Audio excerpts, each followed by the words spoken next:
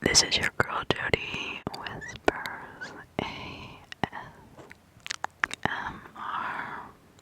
and tonight I want to thank you for coming to my channel, or coming back to my channel. We are going to begin a very long compilation of true, scary encounters.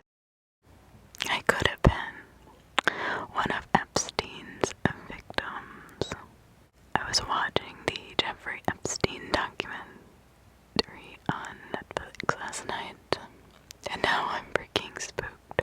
Literally had a mini panic attack with all these memories flooding in. So I'm laying in bed watching a girl's face flashes across the screen, and I recognize one of his victims as one of my really good childhood friends. I don't know if it belongs in this subreddit, but here's the story. I live in South Florida, almost all of my life with my crazy, controlling parents that would not let me do anything as a kid. No phone calls to friends, no extracurricular activities unless it was academic. Couldn't have friends over, and you cannot forget about me going over anyone's house. That was, also. Plus my dad worked at my school during my elementary years. I had to be my best behavior. So when I went to middle school, I was so up and pumped. Finally, some type of freedom. My personality started to shine, and making friends came very easily to me. Now fast forward to a year in, and I had become really good friends with these two girls. We can call them Heather and Sharon. They were both pretty popular, friendly, but what fascinated me the most, that Heather was the only girl in middle school that I knew that was able to sleep over at a boy's house. It was something so foreign to me, since my parents told me I could not even go on a date with a boy until after I graduated high school or college. I automatically thought that she was the coolest chick I've ever met. Throughout our friendship, we were known as the tripod. We had all the same classes and lunch periods, so we got pretty close. Over time, Heather would always ask me to hang out with her and Sharon either after school or the weekends. But, my parents, there was no way in hell. I did attempt multiple times to ask for permission with no success. Not even a maybe. Being really bummed because I always felt left out, having Heather and Sharon hanging out without me. Something I would eventually be grateful for. One day, while sitting out in the courtyard for lunch, Heather pulled me aside and asked what I thought about skipping school for one day. I instantly freaked out and thought about that automated message the school calls home with to let your parents know you were not at school. If my parents ever got that, my ass would be toasted. So I shut that idea down right away. I kinda laughed it off, but I knew it would never happen. But she literally would not stop asking me over and over. Eventually she convinced me, and we are ready to pull it off, head out. Started planning it. It took us about a week every day during lunch, trying to figure out how to pull this thing off without any hiccups. Relevant had me so excited, as I have never done anything like this before. The plan was to have my mom drop me off at school as usual and have the girls there waiting for me, and we would just simply walk off to the gas station that's near the school and have one of Heather's friends pick us up. Nudge her several times to remind me that I needed to wear something that would give me an innocent look. Odd, but I blew it off. Because I was almost 13 years old, I looked innocent enough. On the day of the so-called skipping school, our plan goes smoothly, and we are walking to the gas station, but as we are walking, Heather's cell phone starts blowing up.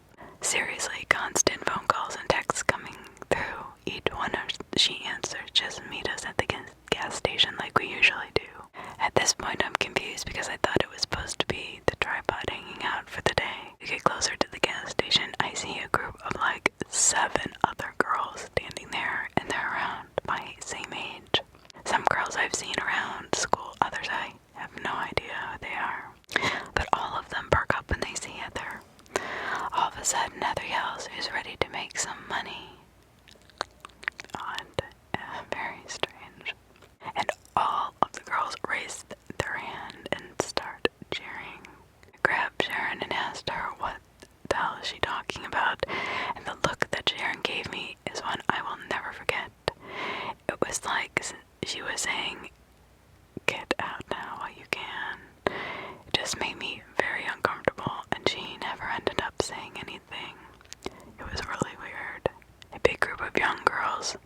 who should be in school just hanging out at a gas station.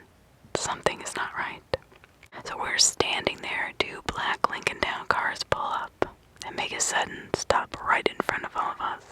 There starts numbering the girls and tells the first group to get in the first car. As they do, the car speeds away. The other one slowly rolls the window down, and I see an older man with sunglasses on just sitting there smiling as if we're ready to go to the mansion, which excites the 2 other girls next to me. He opens the door. They both jump in, followed by Sharon. Heather is standing next to me on the other side and nudges me to get on, but as she does, I start going off on her, asking her, what the hell is going on? Where are we going? Who is this man, and why didn't she mention this in any of her plans? She's looking most annoyed at me and says, out of all the girls I bring, you're the one that's giving me a problem. I thought you'd want to get out and finally have some fun with your body. Could make a killing. At that time, I was so naive. I did not know exactly what she meant by the tone of her voice and how pressured she was making me feel. I ended up backing out and ran back to school. As embarrassed as I felt for bailing on my friends, I feared my mom and her felt a lot more. Plus, going off in a car with someone I've never met screamed stranger danger. I'm so grateful that my parents put that fear in me, or else I don't know if I would have made that smart of a decision. After that, I barely hung out with Heather again. She tried a few times, but I just got bad vibes from her and cut her off. I saw her randomly walk out of school towards the gas station, always with a group of girls. Erin, on the other hand, she started to spiral into depression and out of control. She would only hang out with Heather and would cling to her like a lost puppy. I noticed that she started missing school more frequently, got real thin, and then she just stopped coming altogether. Years later, I found out she committed suicide, and recently, after watching the documentary, I'm convinced one of Jeffrey Epstein's victims. Heather was one of his recruiters. Happened in 2004 in West Palm Beach.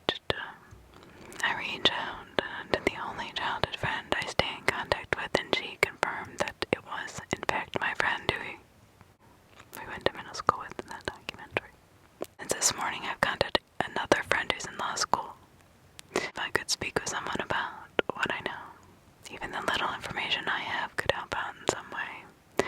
As for Sharon, I never met anyone in her family or had a contact down to see if they knew about any of this. It could help explain why she might have taken her life. I'll keep you updated. Make sure to always lock your doors. 23-year-old guy here. I live in a pretty safe neighborhood and usually always lock my doors. Last night I apparently did not. It was not too long after I had taken my dogs out for the last time and was turning up the TV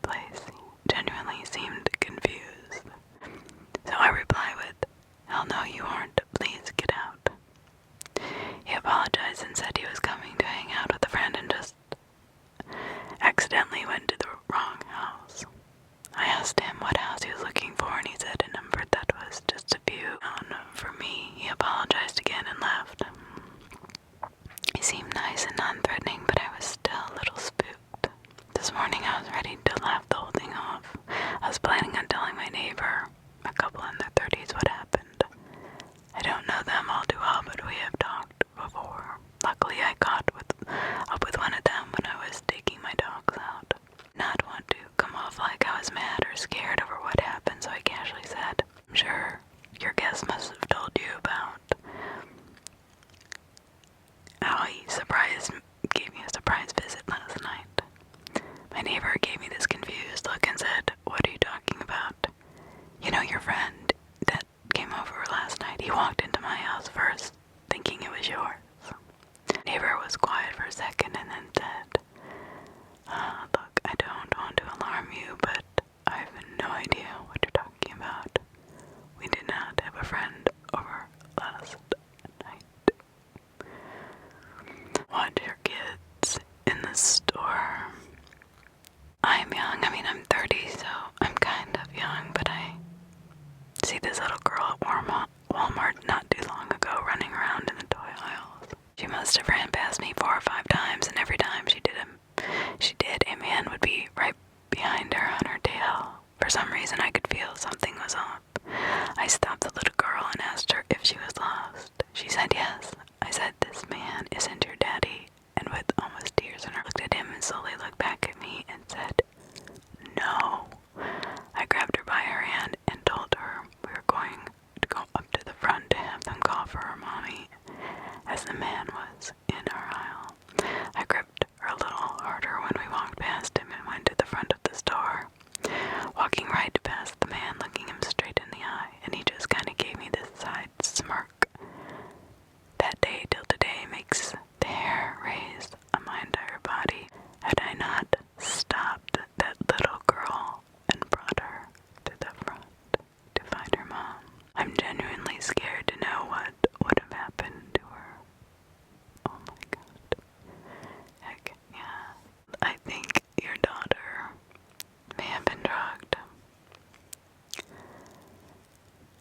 When I, female, was in the 7th grade, 12 years old, I would experience nausea, vomiting, and extreme sleepiness after spending the night at the house of this particular friend.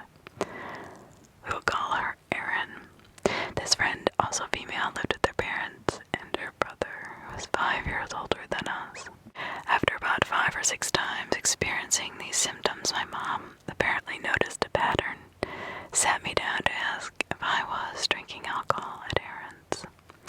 I remember laughing at her question, but I'd never even tasted alcohol, so I was a little bit confused. My mom's question was very serious, though. I told her no way, and I thought that Erin's multitude of rodent pets possibly made me feel ill. This sounded suspicious to my mom, and I don't think she really got onto that idea. She didn't let me spend the night at Erin's house anymore. Still allowed to spend the night at my other friends' houses. One night I was with a group of friends and we had movie night at Erin's house, then went to spend the night at my friend Sarah's house, where I had slept over many times without any problems. The next morning I came home sick, nausea, vomiting, extreme sleepiness, and my mom took me to the doctor to get checked out. I told the doctor that she believed me when I said that I didn't drink alcohol, but given my hangover symptoms, apparently the doctor was incredulous and ran a blood alcohol test to me, which came back at 0. No surprise there to me. He said they could test my blood for other things like Rufinol or GHB, but if I ingested the substance, it would no longer be detectable in the blood. Given the circumstances, he informed my mother that I was likely drugged at Erin's house, since that is the only commonality preceding my symptoms. There was not enough evidence to show who drugged me and or press any charges. My mom just banned me from Erin's house. I stopped going to Erin's house completely, and I have not experienced these symptoms since. It's very strange to me and very unsettling. After 2 months of not going to her house, her older brother messaged me on Facebook and asked why I never came around anymore. I found that to be kind of strange. He told me that he recorded some things on his DVR that I would like. I should come over to watch them. I did not know what to say, so I deleted Facebook altogether.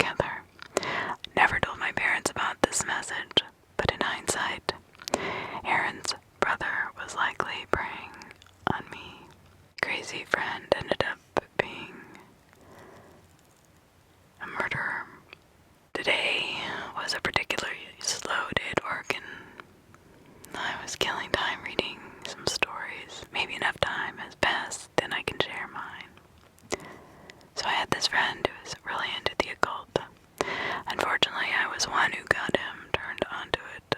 We had mutual appreciation of the paranormal and all things strange, bizarre, weird, so I thought the subject would interest him. But he went off the deep end, really got into it, to the point we would not talk about anything else. He would actually interrupt a conversation, force the subject back to occult matters. Rude, but sometimes people go through phases where their interest is all they want to talk about. It was pretty forgivable. That, I probably should mention this. This particular friend did not have a very large friend circle. His depression and introverted nature kept him inside. He did not have the best luck in relationships either with women. His world was small, and I did enjoy hanging out with him, and I did my best to be a good friend. But, I can only be as good as he'll let me be. I want to brush him off just because he was acting a little stranger than normal. But honestly, something was really off, eventually, giving me an instinct that maybe I should distance myself. And honestly, for the longest time, he was a pretty normal guy. We would chat and play games together on the PlayStation, go see movies, with my boyfriend accompanying us. We kind of all three hung out at the park, went swimming. Overall, we had a pretty good time together. Things started to go downhill when he started to smoke DMD. I'm not even sure what that is, to be honest with you. Personally, I think psychedelics are amazing tools that can offer insight into life, but they should be treated with respect. My friend got to the point where he was making it himself. Apparently a pretty easy thing to do after a meager amount of research, and he was smoking it daily, many times a day. DMD. For those of us who are not familiar with the substance, apparently when you smoke this, you get transported to a different world entirely, a completely new plane of existence. Your entire body itself does not exist anymore. You're just exploring this alternate reality dreamscape. My personal experience with it led me to seeing a dragon once in this kaleidoscope of a cornucopia. People see all kinds of different things there.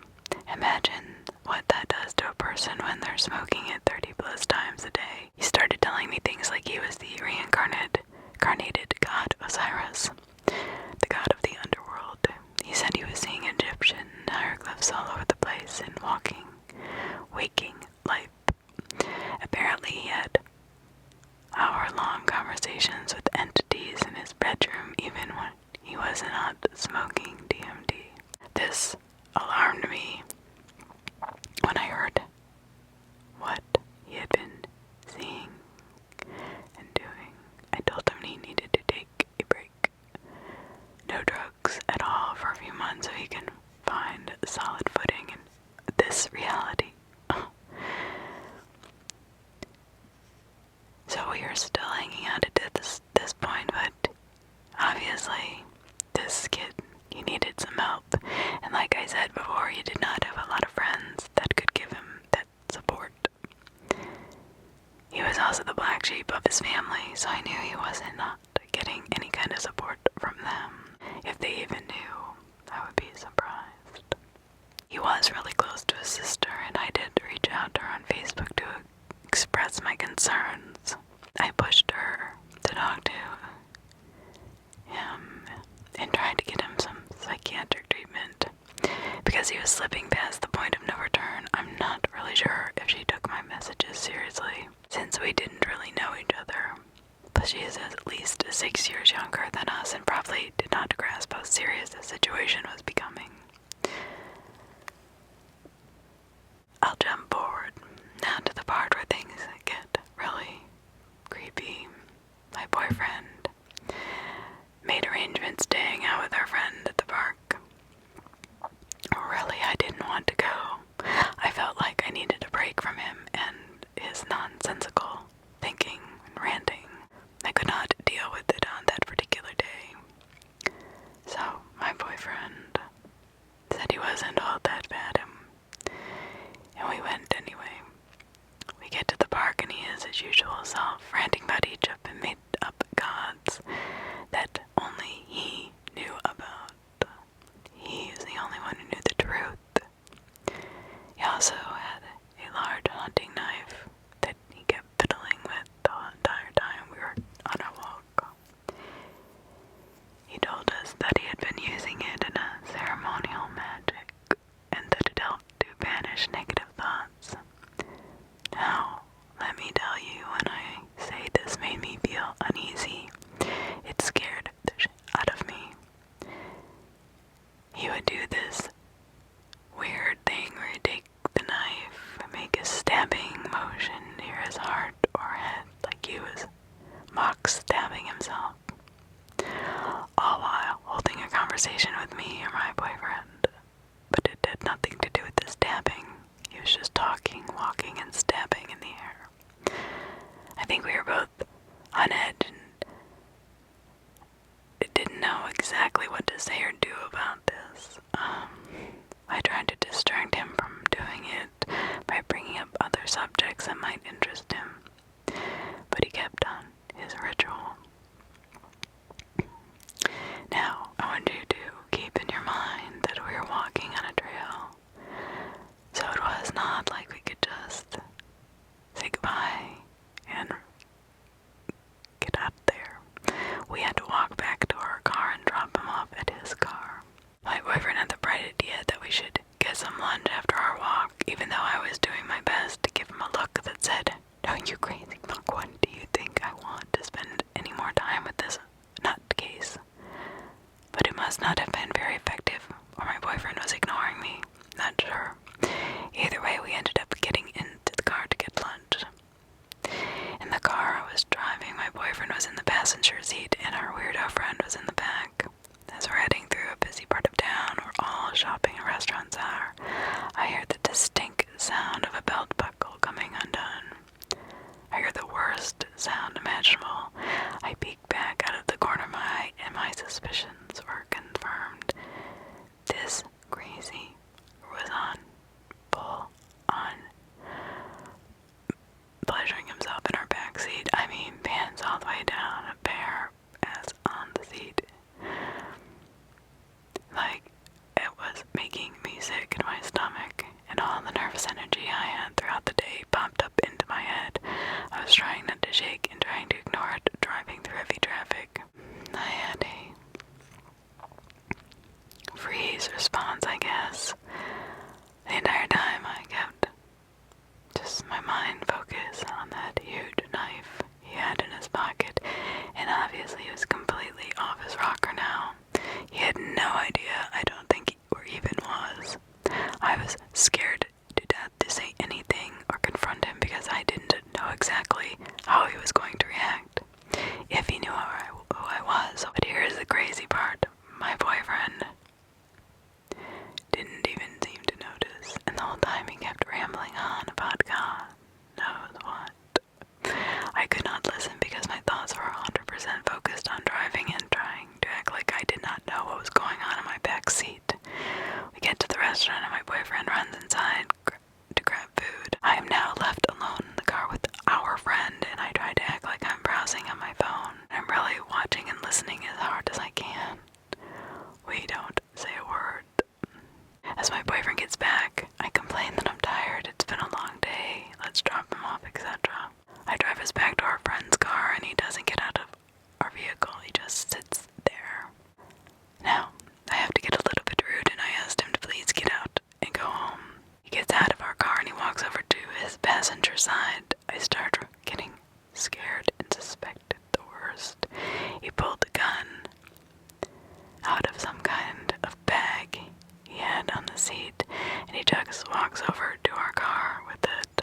I don't know why the fuck I did this, but I was so pissed I just got out of my car and walked right up to him. I was maybe 3 feet away and could see it was a loaded 9mm. I asked him over and over, "What are you doing? What are you doing?"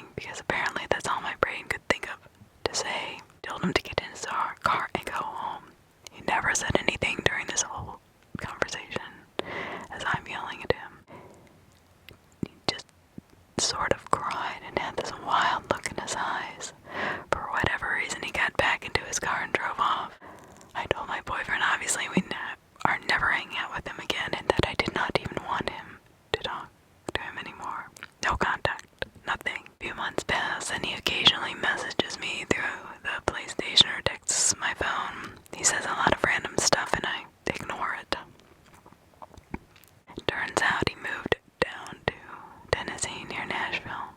I have no idea why. He had a roommate and I think their girlfriend lived there. I'm not really sure about the situation. I thought maybe he was turning his life around, getting a fresh start, something like that. So, I think that it was best to cut all contact and let him regroup with other people.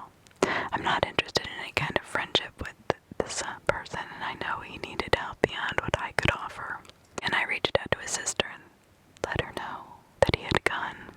I managed to get it from him. I get a call around 11 p.m. one night that wakes me up. It's a man claiming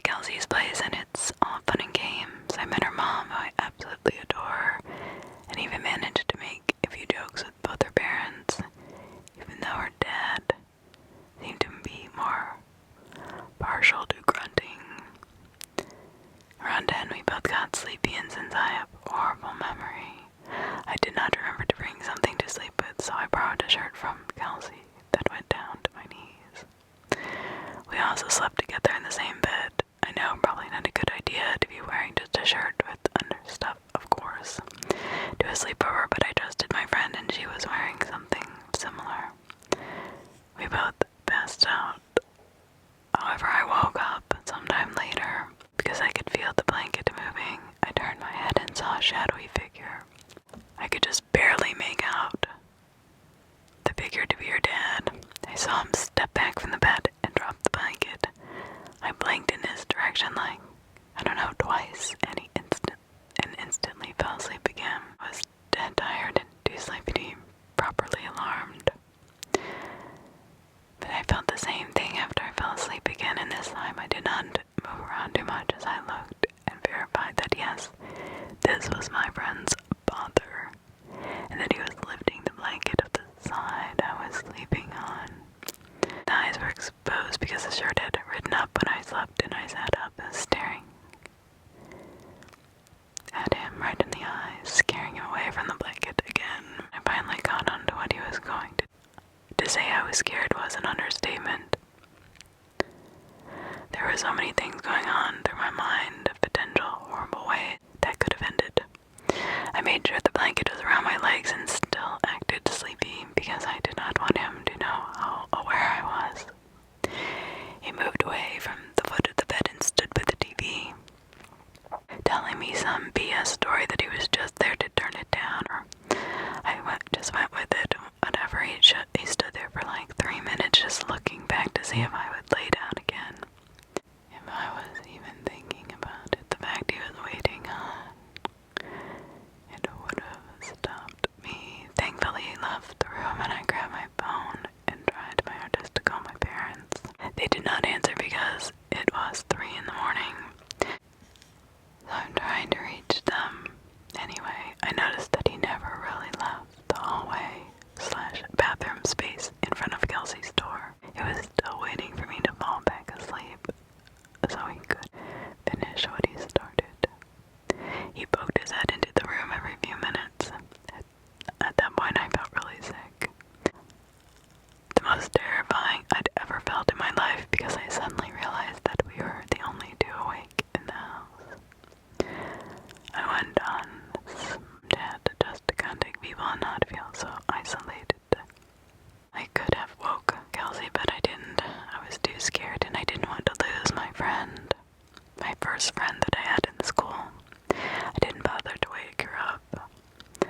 I stayed on my phone all night until she woke up, and I made her come with me to the bathroom because I was so nervous.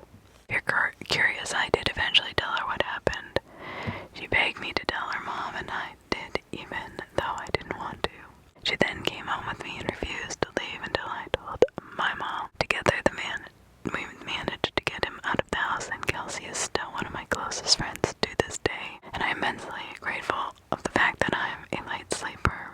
The only thing that woke me up those 2 times, the blanket being lifted. Such a small thing, but I'm so fucking lucky that it woke me up. It could have definitely done a lot worse than look if it wasn't not for that. So I'm 45 in August. When I was 19, this all happened. I get it. Listen to the hairs on the back of your neck. Basically, listen to your intuition.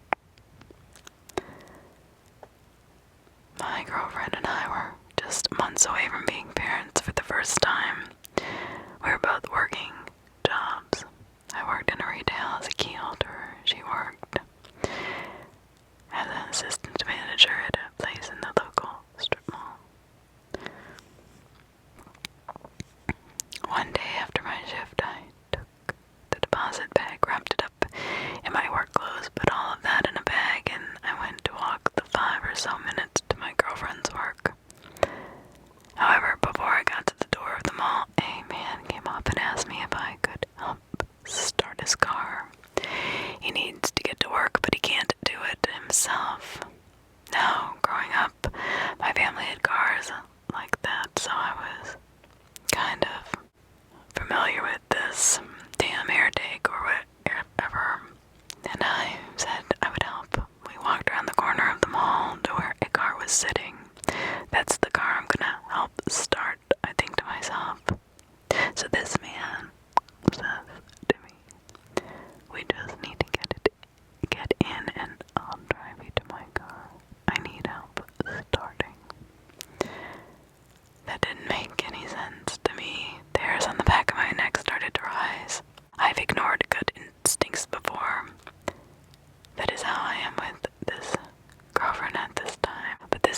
sensation that very clearly is telling me ignore these psychological warnings at your certain peril. I quickly explained to him I thought this was going to be a very quick thing and I have somewhere I needed to be. I'm already late. I apologize, walk away from him into the mall, and watch him leave in the car before going to my girlfriend's work. I tell her we are going to scrap our plans for dinner and make it home ASAP. I dropped the deposit bag on the way. So we're crossing the parking lot to head to the bank in a roundabout way. I see the same dude who was, quote-unquote, in a hurry to get to work, slowly driving around a Target parking lot, just scoping people out. No doubt in my mind I would have certainly regretted getting into that car that day. There's a good chance I would not have been able to type this story out. I dated a murderer. After an 8-year abusive relationship I had just gotten out of, I met someone on a popular online dating app. To be honest, I was not looking for anything serious, just one to go out, watch a movie, or have a drink with, every now and then. I had 2 boys, and was happy and living a peaceful life on my own after going through hell. 8 years of hell. So I meet this guy who is just a couple years older than me, and he turned his life around. When he was younger, he used to be in gangs and drugs, and now he was into working out and really staying fit and doing family stuff. I guess you can say I felt protected by him.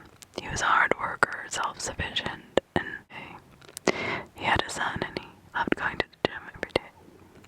I myself had a kind of a crazy past, but overcame, so I felt like we were a good fit. We would go to the dinner, movies, completely normal dating stuff. Eventually wanted to spend more and more time together, and I was really having trouble giving up all my free time for him, and he would get so angry about this. I mean, really, really angry. And it scared me.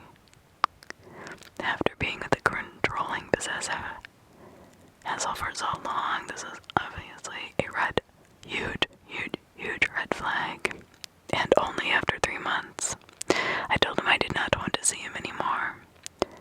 He said he needed to confess something to me. He admitted to me that he was using steroids and that was the reason for his mood swings. He cried and cried and said he was sure that was the reason and was willing to give that up to be with me. He wanted another chance, a chance to be with me, and I obliged, but under the condition that we remain friends. Things were okay, of course, for a while. We saw each other maybe every other week when he started wanting to see more and more of me, to which I told him that I was not interested in being anything other than friends at the moment, since I was not ready for a relationship. He kept pressing the issue, trying to force me into giving him another chance. I couldn't find it in myself or make myself interested in him romantically in a way. I insisted that we just be friends. I had to stop talking to him because I got so pissed at his insistence that we still talk every day, since he said that's what friends do. He would always ask about my whereabouts and ask for pictures of who I was hanging out with, and I told him that this is not what friends do, and he just insisted, kept insisting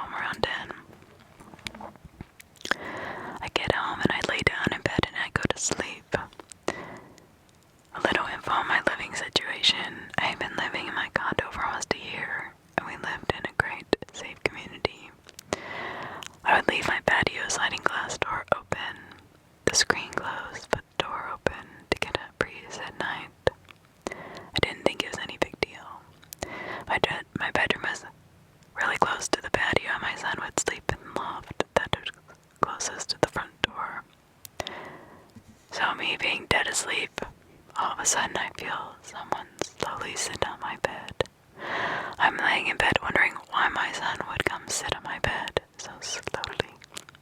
And he wouldn't. I turn around and it's definitely not my son. The guy I was just friends with was laying down in my bed next to me. I sat up and asked him how he got in. He doesn't answer me. He says I needed to talk to you. I said, okay, when you need to talk to someone, you don't sneak into someone's room, sit in their bed, and lay down in it. You leave them a note. Text them, call them, literally anything but this. I'm thinking I'm gonna kill my kid for letting him in. He said I didn't have your number anymore. We will talk tomorrow. Call me tomorrow. He gets up and walks over to my side of the bed and starts rubbing my shoulders and is slowly making his way to my neck. He says to me, do you really want to talk? I look him in the eyes and say, yes, I've been wanting to talk to you, but not like this. Please, can you please call me tomorrow? He stares at me while rubbing my neck and goes down to my shoulders and lets go. Says, okay. This motherfucker proceeds to exit through my patio door and jumps my patio wall, which tells me that he knows exactly how he got in. I freaked out, checked on my kid, and had no idea what was going on. I locked all my doors and I did not sleep the rest of the night. Next day, I text him and tell him that if I ever see him near me or in my complex, I will call the police, never to contact me again. So, if you're wondering why I did not call the cops to begin with, I knew he had a gun, so A, I was scared of being retaliated against for being a snitch, and B, I figured if I called the cops, they would probably not do much or just let him out, and I was afraid what he would do after. Either way, he left me alone and I did not hear from him for years. Now, 4 years later, I'm going through Facebook and I see his face in People You May Know. I click on the picture and notice that it looks like a jail picture. You know those pictures where the guy is clearly in a jail cell. I scroll down the page and his most recent post is him posting his address for his family members to write to a prison address. I Google his name. Sure enough, article after article, all with the same headline. Man arrested on suspicion of killing a girlfriend. About 2 years after him and I dated, he shot and killed the girl he was dating. That could have been me. I feel like crap thinking of if there was anything I could have done to stop him. Even scarier thought is that he only got 12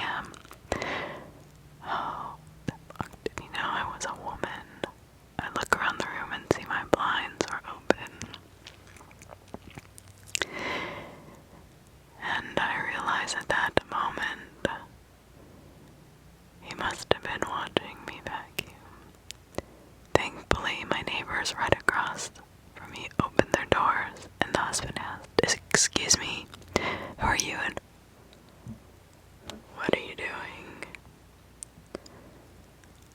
What are you doing? Startled, the creep mumbles and said, "Oh, good evening, sir. I was just going to offer my carpet cleaning services to her." The husband says, "That's great. She doesn't want it. You need to leave right now." Creep leaves. Afterwards, I called the police, my boyfriend, and closed my blinds. Texted the neighbors there, first thanking them for scaring him away. I paid extra to live on the top floor, but it seemed this creep was watching me from below. My brother is creepy. Help.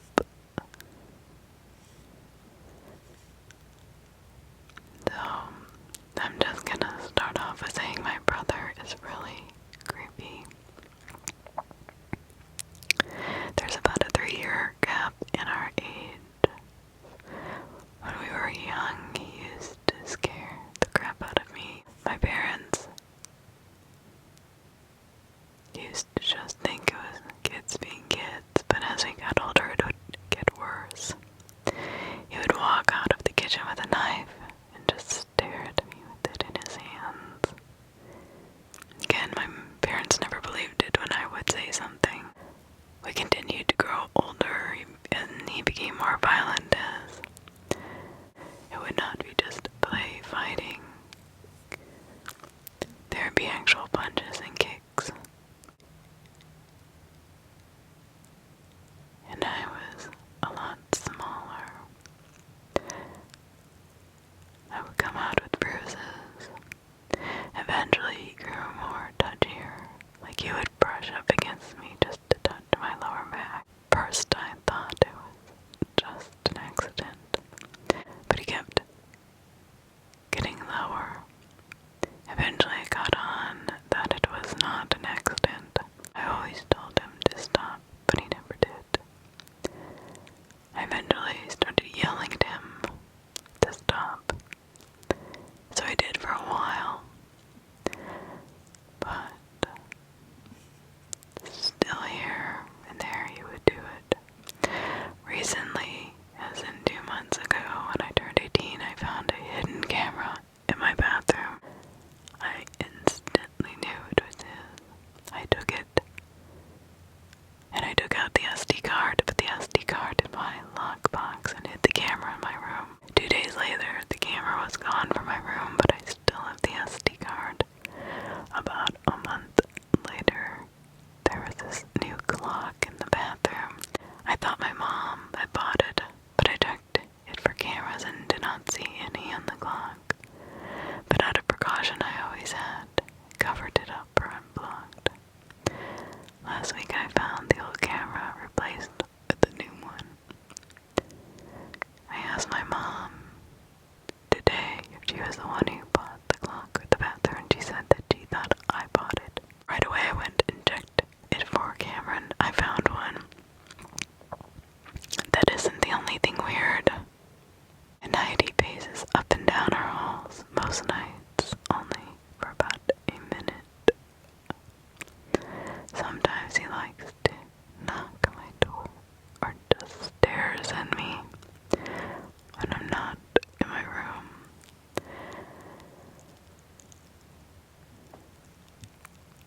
Right now I'm in the process of sweeping my room for cameras because I still have no idea how he found that camera I hid in my room. This literally all freaks me out. I don't know what to do. I know I should probably tell my mom, but he gives me serious killer vibes.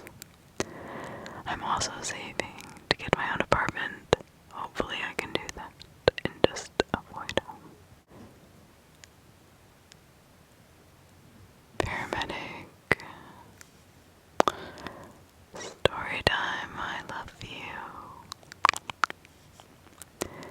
If anyone hasn't seen any of the other stories I posted in here, I'll give you the same background. I am and have been a paramedic for about 10 years. My entire career has been spent in emergency medicine,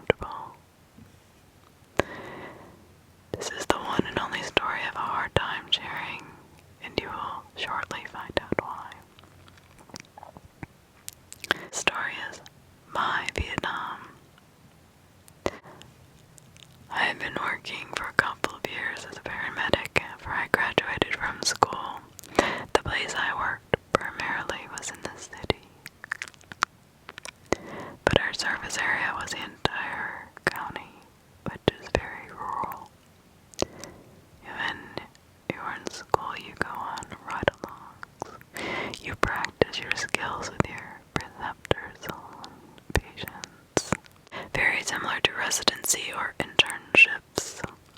Exposure to the job is what you get on these rides. Sometimes you get seriously injured patients, and it's absolutely terrifying. Sometimes you don't always know what to do. Obviously, because you're still learning. But you have your preceptor at your back to protect you from any mess-ups and guide you. Sometimes, though, you don't get lucky enough to experience some of these horrible things. To some, that may seem like a good thing, but it is important to experience these as it prepares you for a time when you're all alone. There are a couple terms we use called white cloud and black cloud. White cloud refers to a person, either a student or professional, who never gets the exciting, serious call. The calls always seem to come when you are just getting off shift, or you left the area of where the call came in and now another ambulance takes it. And this white cloud can follow this person for any length of time. Now, having said that, the black cloud is exactly the opposite. When I was in school, I was a white cloud. I got a few cardiac arrests, bad accident, things like that, but nothing had ever really stood out as unique. So a couple of years into my career, this white cloud is still kind of hanging over me. That's not to say I had not had bad calls before that. I have, but it's not exactly the same. The date this story takes place is Christmas Eve. I worked from 7 a.m. Christmas Eve to 7 a.m. Christmas Day. What I remember about the day was pretty slow. Most of the people are with their families, not going outside, getting into accidents, or causing mischief. It's pretty innocuous.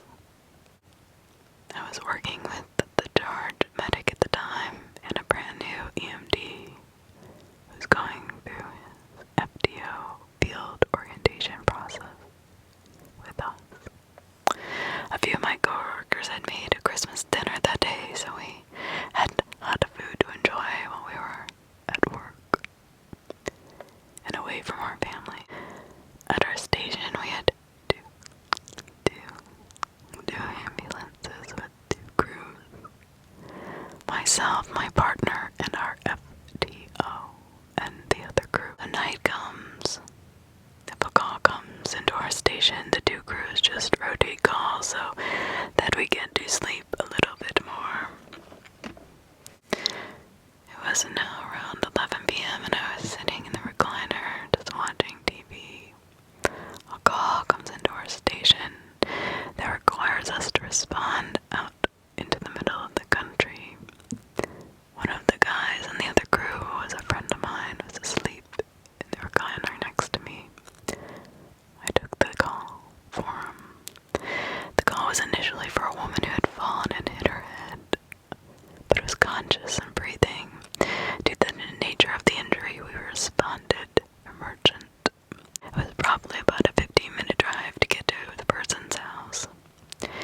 As we get closer, dispatch informs us now the PT is not, or patient is not conscious but breathing. As we approach the residence driving down the street where this little development is, there is flashing lights everywhere. Sheriff deputies, police, fire department were all there, with some even blocking the entrance to the street. For just a simple head injury, we thought this was pretty bizarre and weird, and it set a weird vibe for the call immediately. One of the deputies saw us coming and moved his car, allowing us through. Once we got through this part of the street, ended in a cul-de-sac with houses all around it. People were nervous around looking at what was going on. We arrived at the end. There is a vehicle parked in the driveway, still running with officers all around it. The driver's side door is open, and there is an officer standing there looking like he was talking to someone sitting in the driver's seat. I walk up first with my partner and our EMT FTO behind me. As I approach the rear of the vehicle, I see there is definitely someone sitting inside. There's also a man, middle-aged, in plain clothes, standing in front of the vehicles, his loafer half lit up by the headlights. He has his hand in his pockets and he is looking rather intently at the person in the vehicle. I walk up to the officer and get a report from him. While the officer is telling me what is going on, I look at the person in the driver's seat.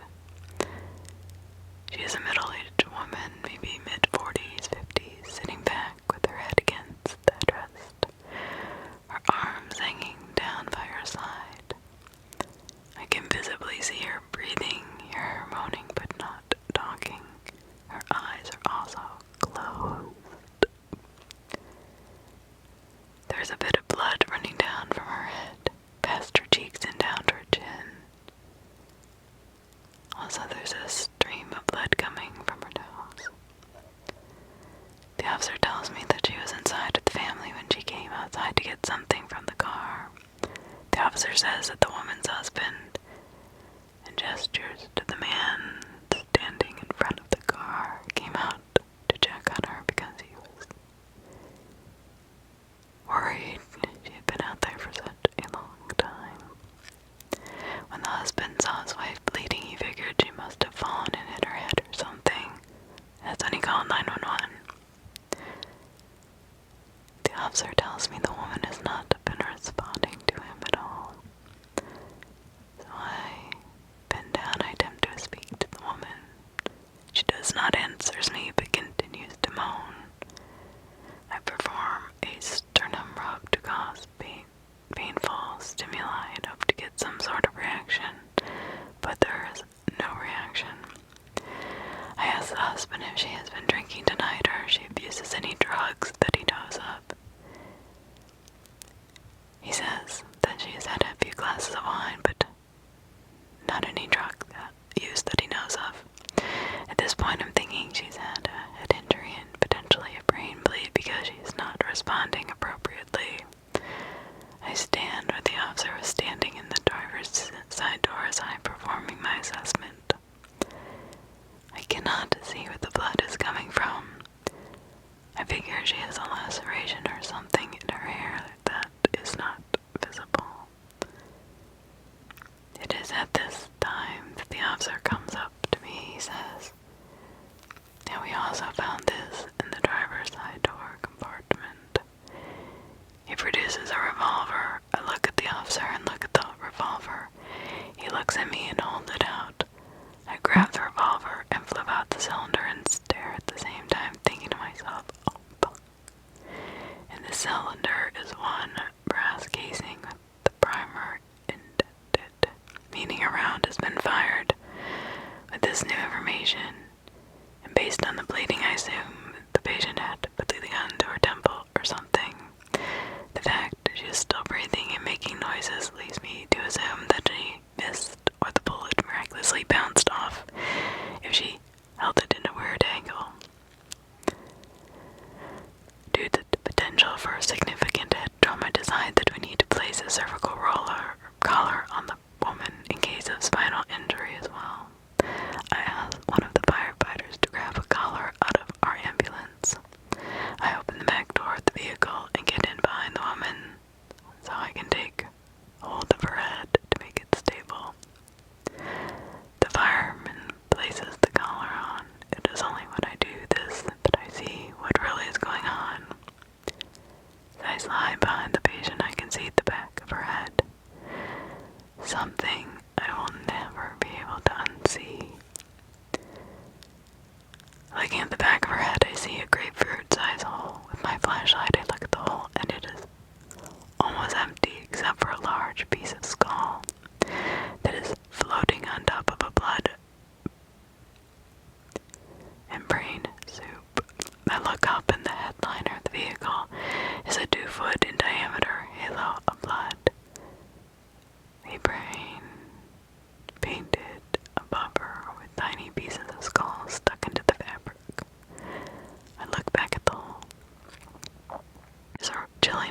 can see vapors coming out of the hole, similar to how you would be able to see your breath on a cold day. I look out of the vehicle at my partner and say, "We need to go now." Either the look on my face or a sense caused him to peek inside the vehicle and see what I was seeing. His eyes grew wide, and all he said was, "Holy shit." Our EMT FDO quickly went to the ambulance and grabbed the stretcher and backboard. Until this point, we were taking our time carefully getting her out of the vehicle, but now carefully and slowly turned into just get her out of the vehicle. Our EMT also grabbed me a few large trauma dressings in gauze wrap. I placed the trauma dressing over the hole and wrapped the ever-living shit out of around her head so that we would move her into the stretcher. Nothing would spill out. With the help of the fire department and police, we moved the woman onto the backboard and put her on the stretcher. The whole time, the husband has been standing at the front of the vehicle watching, not understanding what has happened. As we get the woman on the stretcher, he comes over, and I can see he now has tears on his face. He bends down, kisses her on the cheek, and says, "I love you." We quickly get the woman into the ambulance. Due to the woman's injury, her cerebrum, largest part of the brain, is almost completely gone, meaning she has no motor function, no muscle tone, and no cognitive abilities. Her brain stem, however, is still intact. The bullet missed it. The brain stem controls the body's autonomic functions, respiratory rate, heart rate, and blood pressure. Due to this, when we moved the woman to the stretcher, her tongue fell against the back of her oral airway, causing a blockage. I knew immediately this was going to happen, so I had my partner set up the intubation supplies for me. In the ambulance, I placed the laryngoscope, bladed device used in intubation into the patient's mouth to move her jaw and tongue forward, opening her airway. I see the hole in the roof of the woman's mouth. I slide the endotracheal tube through the woman's vocal cords into her trachea. This gives us a secure airway so we can ventilate the patient. My partner uses an intraosseous needle to obtain vascular access. It does the same thing as an IV, but it goes in the bone and medication and fluids are absorbed by the bone marrow. I place the patient on the cardiac monitor, check her blood pressure and oxygen. At the time, I thought it was the strangest thing. Her blood pressure was actually good. Her heart rate was normal, and her oxygen was good, and her cardiac rhythm was normal. We start transporting emergent to the hospital. I give them a heads up, activating the trauma team. After the call, we went back to the station to restock the ambulance and clean up. That's when I saw all the bits of bone and blood on my pants and shirt. Luckily, the charge medic let me go home and take a shower and put on a new pair of clothes. After I changed, I went back to work and the rest of the shift was uneventful. I learned that the next morning around 9 a.m. the family had decided to remove life support, and the woman had passed away. For many years after that call, I didn't really notice a change. I kept doing what I do best and never really thought I had been affected by it, until I realized I was. A couple of years ago, I had a bad relationship that made me start thinking about myself and how I am. It was something that was always there, but I never really thought about it. I just thought it was my personality and who I developed into as an adult. I was angry all the time. I was not a mean person, but very simple, stupid things that set me off and had a bad temper. I was cynical of the world. I still am. And what I thought was a stomach problem, I started thinking maybe it's anxiety. I decided that I want to figure out what caused me to be this way. I wanted to figure out why I think the way I do, why I act the way I do. I decided to go see a psychologist. Many months of visits, my psychologist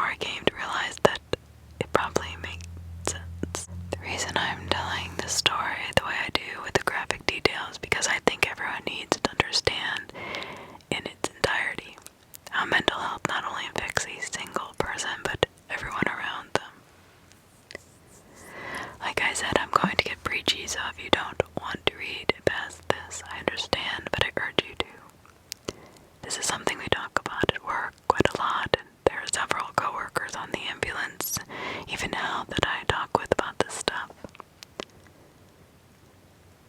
One of the, if not the number one cause of death in first responders is suicide. If you are not someone who has thought about or attempted suicide in the past, you need to know that taking your life does not only affect you.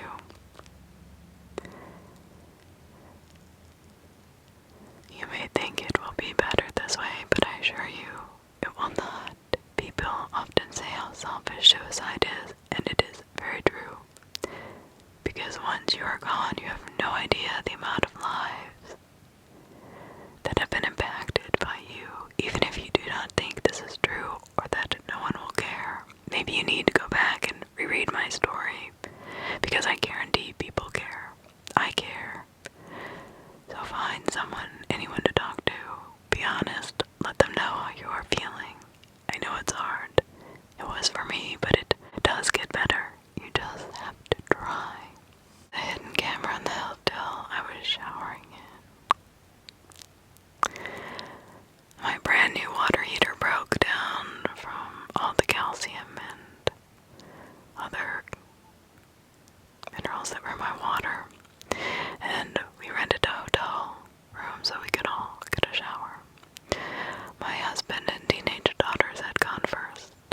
While they took their shower, I had already been looking for cameras after shows and articles depicting warnings to check out cameras in your room. This had really freaked me out. My husband was making fun of me, laughing at me, so I thought we were fine. It was not until I was actually standing inside the shower that I saw the camera. You had to see it from a certain angle wrapped around the light that had a cover over the bottom of it, but a small opening all the way around the edges in the middle. I looked up and there it was. I screamed and my husband came running in. I told him what I was looking at, and he checked it, and sure enough, he took the bottom cover off the camera off, and the camera fell down. It was actually wired to the light and set to sit and point looking down into the shower. My husband ripped it out and marched straight to the office, and from there a fight ensued. The creepy guy got pissed. My husband was destroying his room, and the owner called the cops. Well, my husband is a hothead when he's on a moral mission and grabbed the guy by the scruff of the collar. His mentality being, if I'm going to go to jail, I'm going to make it worth it. But the guy's wife came out, and by then I was dressed in there for backup, and she wanted to know what was happening. So I told her what happened. She said, "Wait, right here." She had grabbed a knife from her room and was chasing the owner guy around with it. When the cops showed up, the cops asked us what happened. First, we told them. They took the owner in and apparently found hundreds of videos in a private nook in his bedroom they are using to build a case on him with. He was dead and I didn't even know it. About 5 years ago, I was living at home with my parents and my twin brother. Every morning about 7 a.m. we would both head out for a run. We had mapped out this giant loop that we would run. To make it a bit of a competition, I would run in one direction, and my brother, my twin, would run it in the other direction. That way we could run and stay focused. Part of this loop was on the main street of the city my parents lived in. On this main road, there were these shady apartments, kind of hidden by a bunch of trees. The direction I was running, the view of these apartments is obscured by a giant hedge bush, and I could not see the apartments until I was immediately in front of them.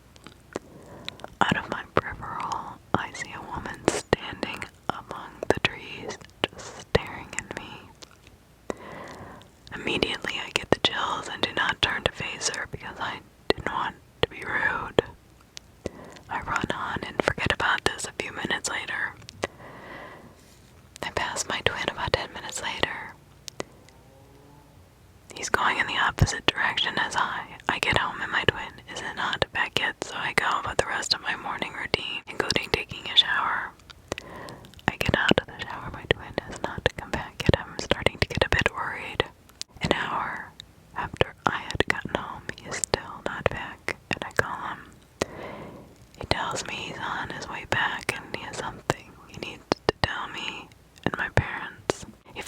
home and tells us that as he's running in front of these apartments, he sees a woman hanging from the trees in front of this apartment. As soon as it's obvious he's seen her, a man comes sprinting from the apartments, wailing and screaming, "No, I can't believe she did this," and grabs her body and lays her on the ground and starts performing CPR. It's obvious he's her husband. My brother calls the local police and they dispatch an ambulance and police officers. My brother has to stay for questioning as a witness, report, and all that. Obviously, he is very troubled by this since he was going the opposite way that I was running. He did not have a head obscuring his view and got a straight-on view of this woman hanging there. Still hard for me to believe that the woman I saw staring at me out of my peripheral was dead the entire time. I do find it very sketchy that the husband came running out as soon as it was obvious that someone had discovered the body. A little bit too convenient if you ask me, but I do not want to say this man killed his wife without any evidence. My brother has never followed up with the police, leading me to believe that the death was ruled a suicide. I still can't fathom that I would have turned to face this woman. I would have discovered her about 20 minutes earlier than my twin had, and I am deeply troubled by this, that I did not. The story of My Hills Have Eyes moment in Texas. See, in 2010, I was driving from New Orleans to Eugene, Oregon. It was just me, 24, and my 2-year-old Pitbull, in a 14-foot U-Haul truck with everything I owned crammed into the back. A fancy flip phone and my printout of MapQuest directions. I think the first smartphones actually came out around that time, but I did not have one. Cell phone service was also much spottier, and there were long stretches through the desert where I had zero service for hundreds of miles. I was driving a lonely stretch of highway through central Texas when I realized I had not seen a town or exit for a very, very long time. See, my giant U-Haul was extremely low on gas, and I'm starting to freak out. Seriously, freak out, because I am going to run out of gas, and there is nothing around. All of a sudden, I see a small town just kind of pop up. I pull into this town, and it is really tiny. I mean, one-horse town, kind of tiny. Creepy in a way. I was so worried about so many other things that I never paid attention to even the name of the town. But let's say there was maybe 6 to 8 streets in the entire town. So I gas up and I am ready to get back on the road. Except, for the life of me, I cannot find my way back to the highway. Now, this is such a tiny town, and the highway was right there when I got off of it. I circled the town about 4 times and became so frustrated. How can I be lost? This is such a tiny town. How in the world? I cannot find my way out. I can literally see the highway, but can't get to it. I return to the gas station to ask for directions. Now when I got gas, I paid at the pump and never went in. When I enter for direction, there's a skinny, nondescript guy who has black hair hanging down in front of his eyes that, well, looks like it could use a good washing. He in himself wasn't particularly creepy, but a little rude.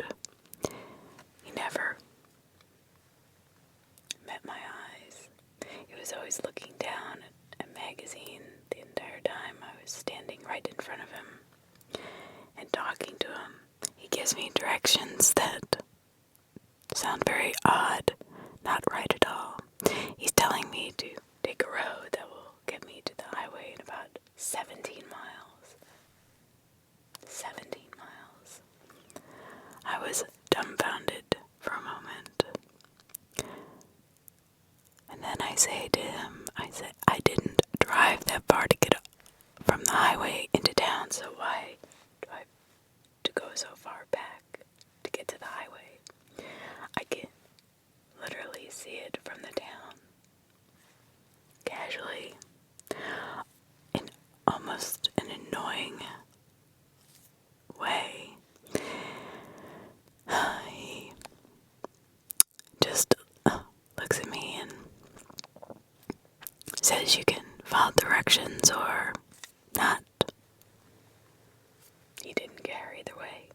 He gives me some explanation about the road curving around, and that makes absolutely no sense. He still does not look at me. Whenever I gave you directions, and he waves his hand in the direction of the door, like, please leave. Rude, I said as I walked away. So as I get into the parking lot, my whole body out of nowhere starts trembling violently, and my heart is racing out of control for no reason. I didn't have any coffee. I didn't have anything with caffeine in it or sugar there is no reason. I get into my truck, and as soon as I put the key into the ignition, I burst into tears. I had the most horrible feeling in my gut. No matter how nonchalant he acted, this man had bad intentions. I don't know what they were, but I knew right then and there that there was no way I was going to follow his directions. Yet this was the only store in this little town, and short of knocking on doors, there was no one else to ask for directions. I decided I didn't give a shit.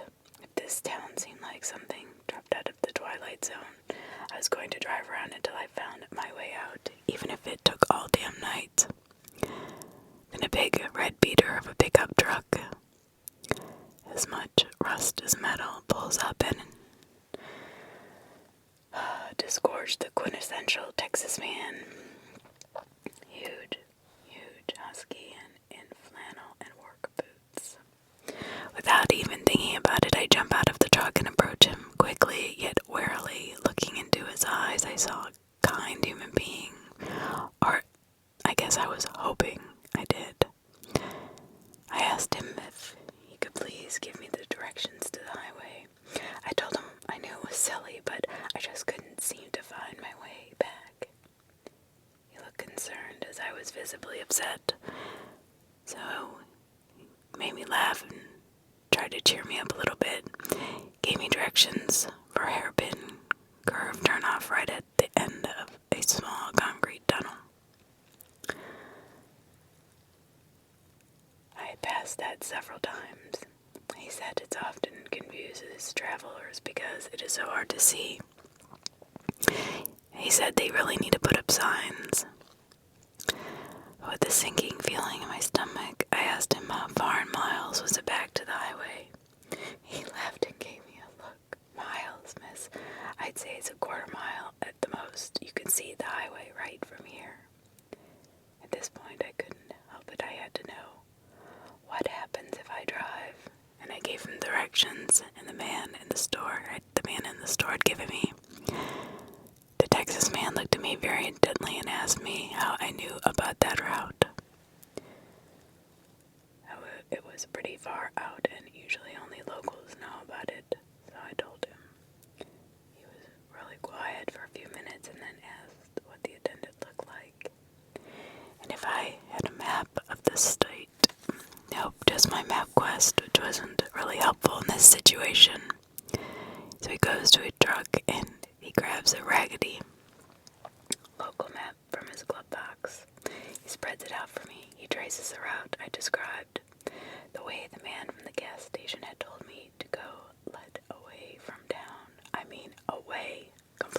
away from the interstate and led to seemingly the middle of nowhere. The man from Texas told me that the road did go about 17 miles right before it dead-ended into the desert. I asked him what was out there, and he told me that it was nothing but some junked cars and a few trailers and mobile homes, all owned by the same family. This family was known locally as troublemakers, meth heads, and alcoholics. These were the nice things townspeople had to say about them. I just felt sick. And all the while, the Clark was part of this family and lived down that road. I will never forget the look in the Texan's eyes as he told me this. He also told me that I was smart to listen to my instincts, and he told me to be careful traveling out there. I don't know if the man from the gas station wanted what was in back of my U-Haul or what was in the driver's seat, but thankfully I didn't have to find out. And I learned that sometimes angels look like ruddy-haired Texans with scruffy faces and rusty pickups. Thank you, random Mr. Texan. You saved my ass, and I will always remember you with tons of love in my heart. Have you ever taken an Uber? I have, many times. But what you don't want them to do is cancel your drive while you're in the car. This is a bit long. I know it isn't a therapist's office, but this has bothered me for a long time, and I wanted to just get it off my chest. This all took place in Portland, Oregon in 2018. I understand I acted like an idiot in this situation. Since then, I have become much more observant, cautious, and honestly, much more paranoid. See, I went dancing with some friends and was really drunk by midnight. Unfortunately, this was back when I had a little money, and I realized you could save money by eating very little before you go out, and it would take fewer drinks to get drunk. I was drunk, actually so drunk I barely remember my friend ordering me an Uber home. My phone was dead, of course. I can vaguely recall them helping me into the car and telling me to get home safe. I have no memory of greeting the driver for the first minute or so. But soon after getting in, he asked how my night was and if I smoked. Honestly, I was just thinking about bed at this point. I sort of slurred out that I did sometimes. Then he offered me a joint, and this is the first moment I got nervous and began paying attention. I tell him something, I don't know, to the effect of I'm really tired and just ready to get home. What I think he said was something about being in a joint and or something like that. And it made for great sleep. I had no idea what he was talking about. Once again, I say something not exactly like no, but not a yes, which he takes as yes. I'll take that joint now. Once again, I'm still drunk enough I can barely see or speak clearly. So when he says, okay, well, I have to cancel the ride really quick because I can't give it to you while I'm on the clock. It takes me a second to realize that's freaking dangerous. And by the time I start to say something, he has canceled the ride and pulls over. We're just east of the Hawthorne Bridge, I think, what my memory tells me. Completely secluded. Some empty parking lots, a closed auto body shop, not a single person in sight. Yeah, it's starting to hit me now. Yep. That I'm in the car with an Uber driver, but with some stranger. I can't call anyone. My phone is dead, and he's trying to give me weed that could have anything laced in it. For the next minute or so, we're pretty quiet, and I just can not recall any small talk that he was trying to make, because I was beginning to panic. Every time he handed me the joint, I would take fake hits, just breathing it into my mouth and not into my lungs. I just felt tired and clumsy and weak. That kind of drunk where you're almost at the point of nausea, and I knew I could not do much of anything to defend myself at that point, that's for sure. But I remember vividly being fixated for a moment on the fact I did not have a pair of keys to defend myself with, as my building used fobs for just about everything, and I did not take my mail key with me. So I'm freaking out. Yep. I look up to see if this guy is noticing that I'm freaking out. I make eye contact with him in the mirror. He's staring at me, yet I could not read his expression at all. Eventually he says something about, "Oh, let's get out of here." I tell him I'll just call another Uber to get home. I think at this point it might even be safer to walk. And he says, "No, I still have your address. I'll just take you to your home." At that moment I was slightly relieved. I guess I wanted to believe him so badly that I would get home safe.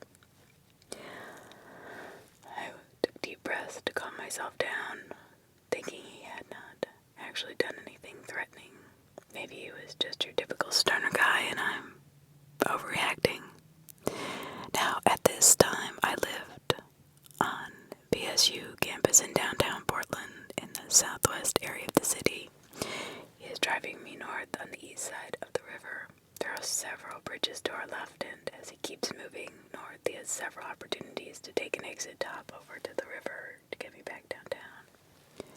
But he keeps skipping them. We keep passing bridge after bridge after bridge that could get me to my home. Up in northeast Portland, there are some large industrial areas that are very isolated at night. And let's just say Portland in general is surrounded by vast amounts of forest. I knew he could have me in a secluded area pretty quick. After he passes the fourth bridge, or the fourth exit for a bridge, I'm pretty sure it was the Broadway Bridge. I've been racking my brain for a way to make him actually take me home and say something to the effect of, "Hey, my boyfriend is waiting for me at home." Which was true, though. I said in a very meek way. My driver says absolutely nothing. But he did take the next exit for a bridge and basically hung a giant U-turn and started taking me home. Even as we're on at the west side of town heading south, I'm shaking and having my hand on the door handle, thinking about just hopping out at a red light the closer we get to my house. My phone completely dead. And he honestly still has several chances to hop onto nearby highways and speed out of the city. We're getting pretty close to my house now, and I'm once again trying to convince myself I'm being paranoid, and he's just a stoner that can't navigate the city. Although a few minutes before I was so scared, I was crying. Oh, the pleasures of being that drunk. Once we get about 2 blocks from my house, I lie and tell him it's easiest to stop here and he can let me out. But he doesn't say anything. He does slow the car down, though. Flooded with relief. I can even feel myself smile. But when I go to open the door, it's locked. I try to lift the lock mechanism manually, but it won't budge. I look at him instinctually to see what's up, and he's got his head turned around fully towards me.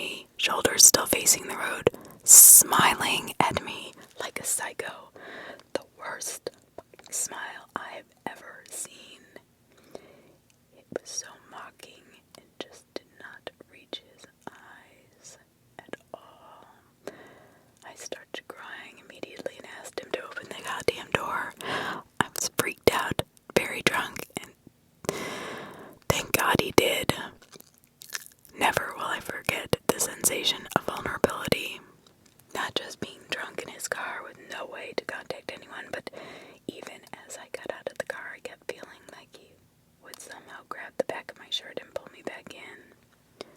I know that sounds ridiculous, but that's how I felt. I made it home. I found out my boyfriend had actually gone out with his friends last minute and was not even home. He would not even have known till much later if I had not gotten back safe. The next day I convinced myself I was freaking out over nothing, which I realize still could be the case, but in my gut, I truly felt danger the night before. I mean, technically this guy could have been totally harmless, but why miss all those exits? Why did I have to practically beg him to open the door? What was he trying to prove? All of it doesn't make sense. And what made me really start thinking about this again was just last week I heard about how Ed Kemper, the co-ed killer, would go for practice runs, picking up hitchhikers and seeing if he could get the passengers / potential victims to trust him, or how far out of his comfort zone he could have pushed them without them saying anything. Obviously, this guy wasn't Ed Kemper, but I hate wondering if that night was a practice run of sorts for my Uber driver.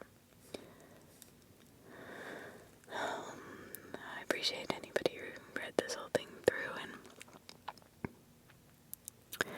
I'm really at a point in my life where I realize how much danger I put myself in when I was younger. Depressed as hell. But it has made me both surprised and deeply grateful that I am still alive. I'm writing this weird encounter I just had about 15 minutes ago. Yeah. Have you ever had people come slamming, knocking on your door, freaking out? Well, that's what happened to me and my family. I'm a 22-year-old female, and my family and I were sitting in the living room watching TV after dinner.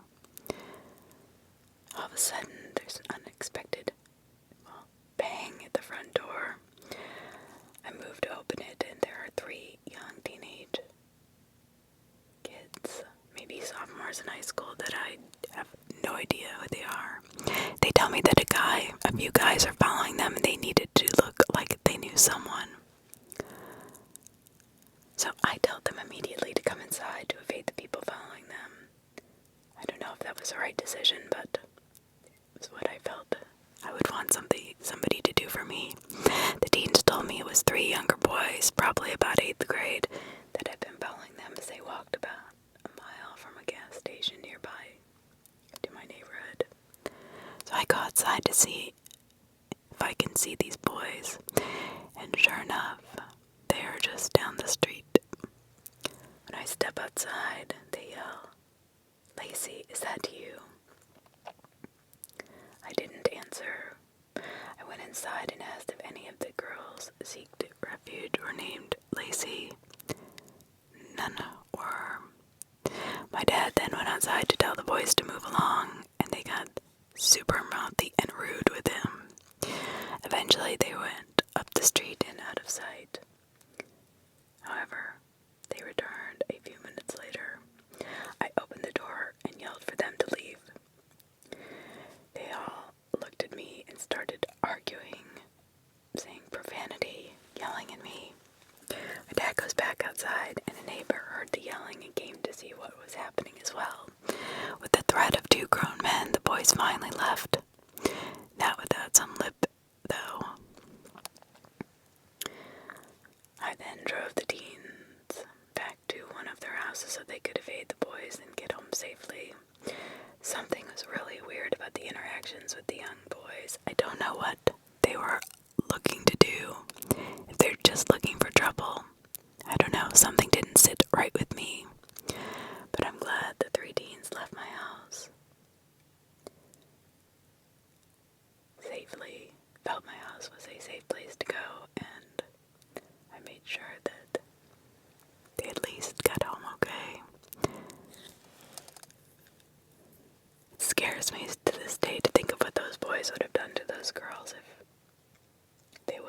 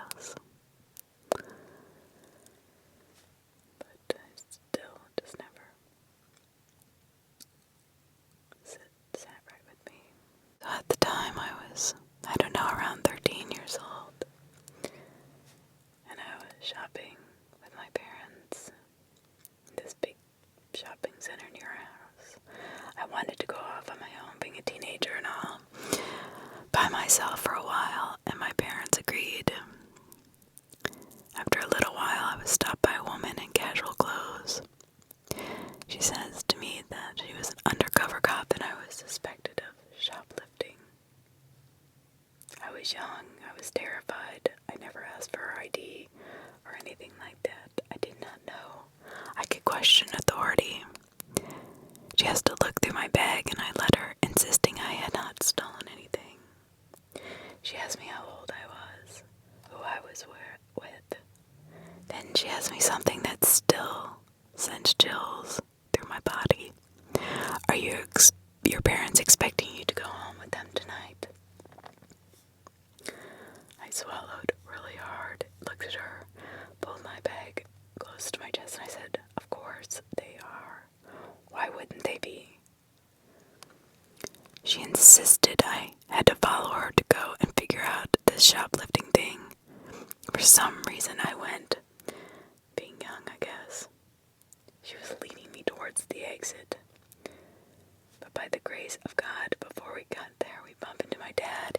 He asked what's going on, and I told him. As I was explaining the situation, the woman got on her phone and was talking to someone, saying things like, oh, this isn't the right girl. Then hangs up and says, sorry, wrong person, and abruptly walks off. My dad and I stood there dumbfounded. My mom found out about the situation. She was really unimpressed by the way the undercover cop handled the situation, if that's what she really was. She took me to the center management the next day and complained to them about how I was treated by their undercover cop when the woman answers, we don't employ undercover cops in the center. I think both my mom and I's heart dropped to our stomach. I had no idea what that woman had planned for me or the person on the other line of the phone. But I thank my lucky stars every single day that we ran into my dad. It was almost like he had a sixth sense. And it always made me wonder what they were planning on doing to me. I've held this story in for 6 years because it sounds crazy, and I was told not to talk about it. When I went camping, something bad happened. I'm just not sure what. So here's my story. I went camping 6 years ago with a now ex-boyfriend of mine. The campsite we picked was beautiful. We were able to drive in through some rough trails. The spot was next to some hiking trails that were not very far from some natural hot springs and a huge waterfall. We were in the middle of nowhere. Absolutely nobody was around. We set up camp next to the car, went hiking, soaked in the hot springs, came back, had dinner. It was all very typical, normal camping stuff until we woke up the next day. Now I need to give some context as to how we slept that night so you can understand my confusion. Before we went to sleep, I put our food cooler and a stereo that brought in the car and locked it. I put the keys in the front pocket of my backpack and put the backpack next to my sleeping bag on the far side of the tent, away from the door of the tent. My boyfriend at the time slept near the door of the tent with a gun next to him. Well, when we woke up the next morning, I felt fine. I had slept hard from inside the tent. Everything looked normal. But when we got out, our campsite was absolute chaos. The fire pit we had made was completely ruined. The cooler had been thrown and food was scattered all over the place.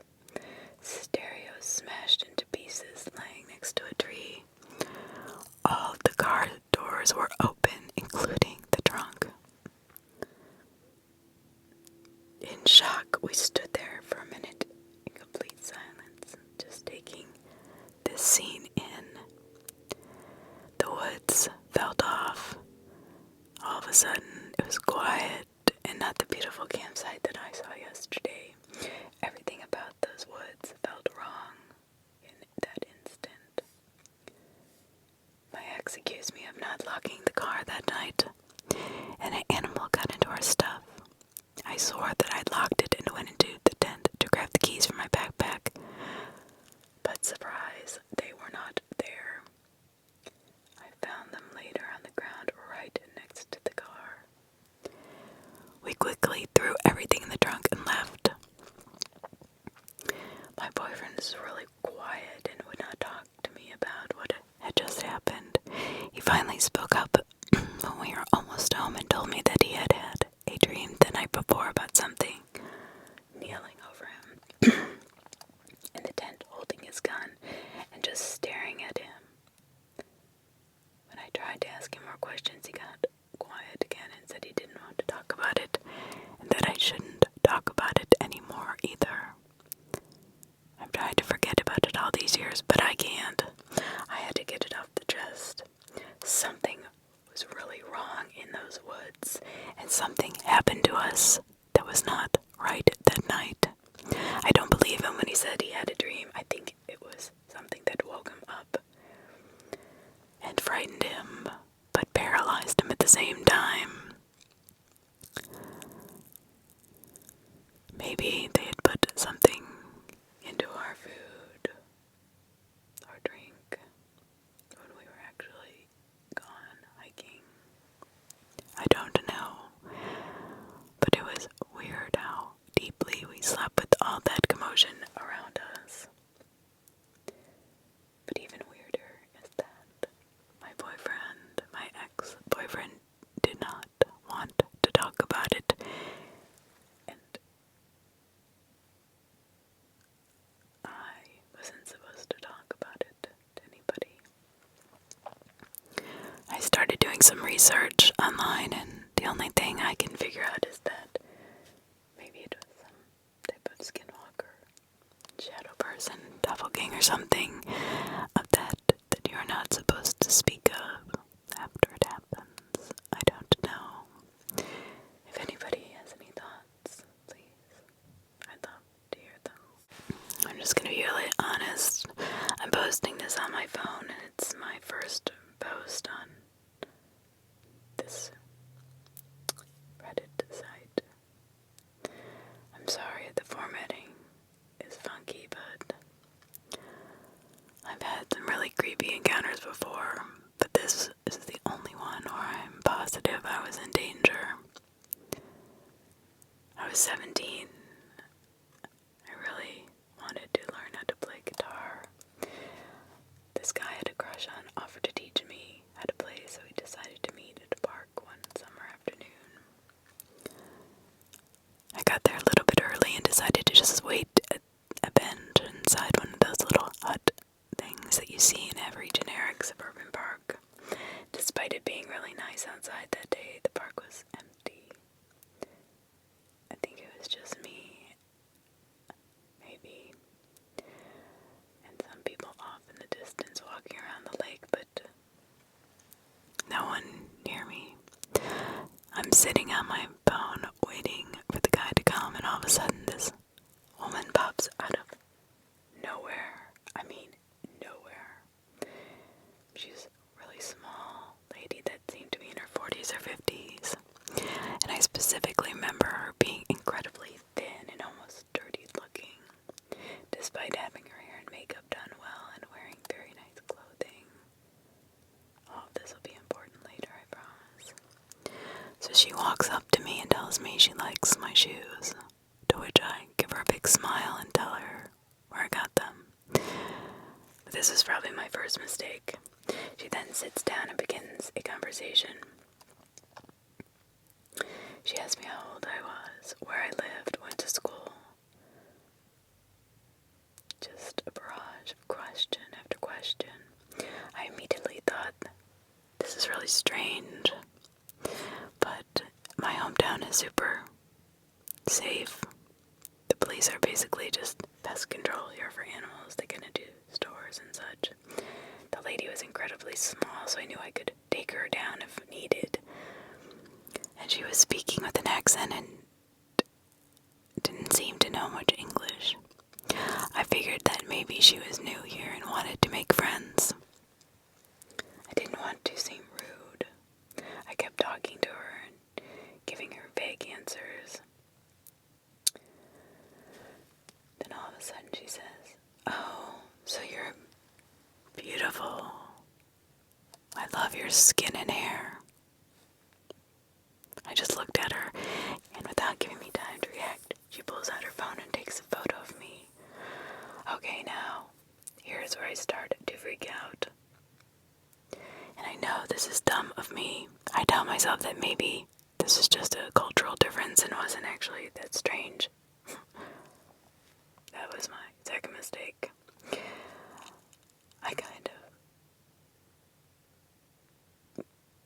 I sat there, I didn't react. I was hoping this guy who was supposed to meet me there would show up.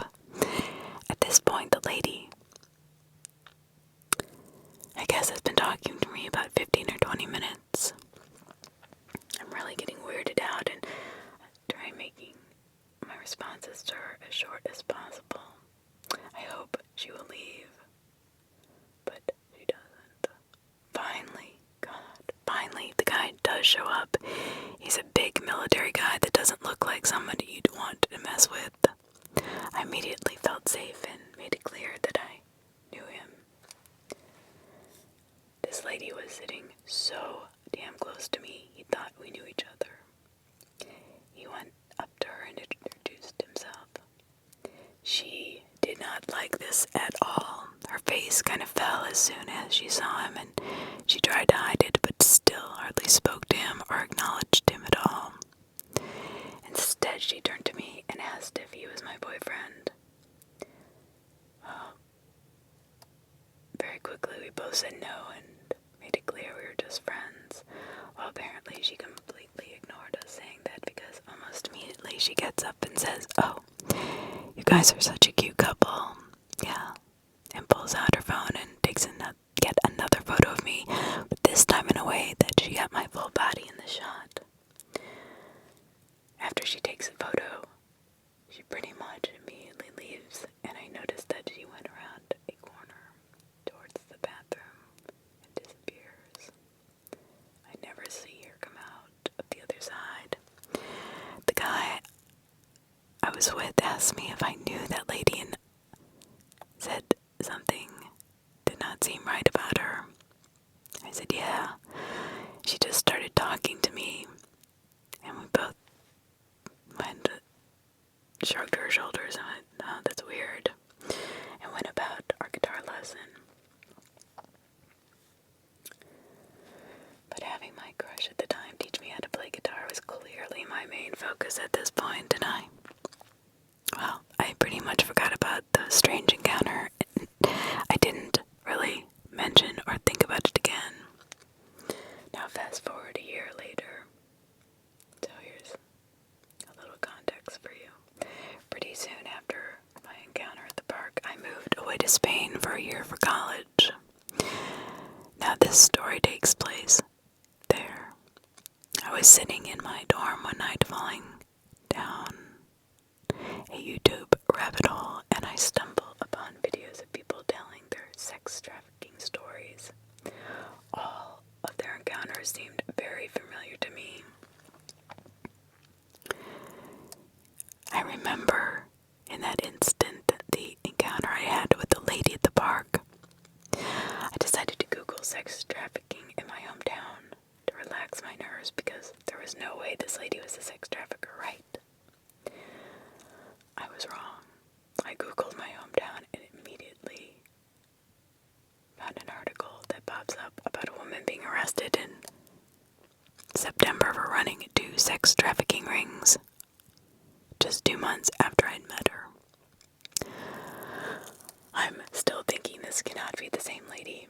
I continue reading about it. She kidnapped women and girls in my town and held them hostage at a massage, quote-unquote, center, and would sell them in the United States and ship them out of the country. This was crazy. So then I get to the mugshot, and my blood freezes in my veins. On the screen of my computer, I see a small lady with a description saying she's in her 50s. I recognize her immediately, freak out, and FaceTime the guy I was with at the time, and show him the mugshot to confirm it's her, and without me saying anything he says. Oh, that's the lady we met in the park. I lost my shit and was freaked out for a day or two. The thing, though, that freaks me out the most was that as far as I'm able to find out, she was the only person arrested. And there's no way this lady worked alone. Incredibly tiny, and up to the point that I did not feel threatened by her, which would be the ploy of anybody who she would be working with. I mean, she obviously was the one to reel the girls in, but there had to be others. She was a scapegoat from the beginning and to the end, I'm assuming. A non-threatening woman to reel others in. See, no one else was found guilty of sex trafficking in my town or anywhere nearby. But I have since moved back to my hometown, and I truly think that moving away for a year may have saved my ass. Although I still do not know if someone else has those pictures of me. And I worry that somebody who's still in the street, or partners, whatever, will grab me.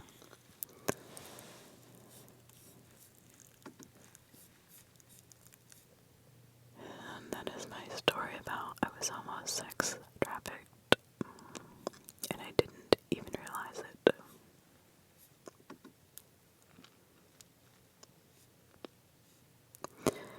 I'm 24. I lived on my own for about 2 years now. I have a very small bungalow. I'm able to afford it comfortably. In this bungalow, I have an attic. Well, a small one. I guess I'd say it's about 5 meters in size. And you can only really stand in there in the very center.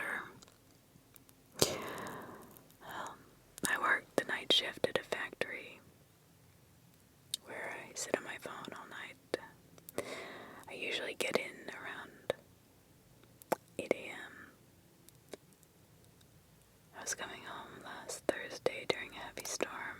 I get into my house and just went to sleep. I woke up and went to my phone and I saw that I was so tired that I didn't even check my notifications. I have a Ring camera outside my door which shows me anyone who would have come to my room. I saw that it had been tripped at 7:42 a.m. I got into the house around 8:10 to 8:15. So I checked the video and I see this man. He was pressed right up to the door, fumbling around with the handle. It only took him about 10 seconds until he spotted the camera. Once he did, he very quickly scuttled away. Obviously, this unsettled me quite a bit, but didn't entirely creep me out.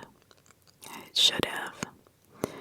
I got up to make some food and discovered something in my kitchen. My back window was open.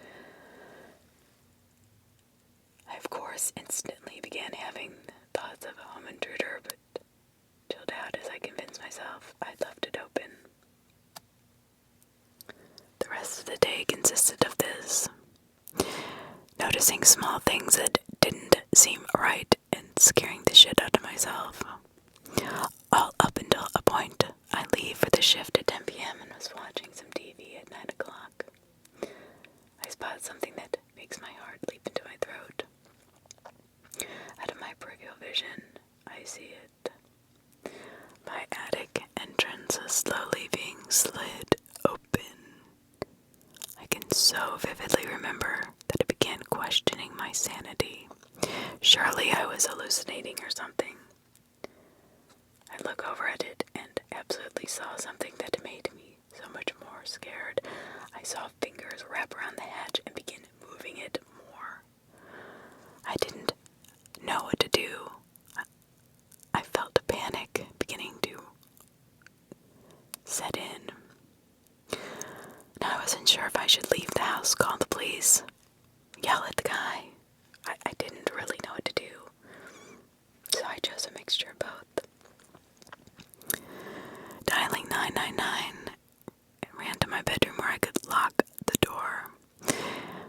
as soon as I began running, I hear the hatch get almost torn off with the speed this person moved it. I arrived at my bedroom door. I looked down the corridor and watched for a second, seeing only a little slice of the blackness up in my attic. I saw the human hand still holding onto the sides of the ceiling. I yelled, "Who's ever there? I am calling the police and I have a gun. I do not own a gun. If you take a step out of there, I will fucking shoot you." The adrenaline was really making my hands and voice shake, but I tried to sound as tough as I could. I saw something at that moment that I truly do not think I will ever forget. The hand slipped back into the dark, and he dropped down. I slammed my door shut, locked it, went through to the police, and I was able to get online with their dispatcher and had them to my house pretty quickly. I told them I didn't know if the man was armed or not, and the dispatcher told me to stay on the line. So I'm hearing this man walking up to my door and rattling the door handle. He also seemingly went through my cupboards in my kitchen as I heard a lot of commotion there.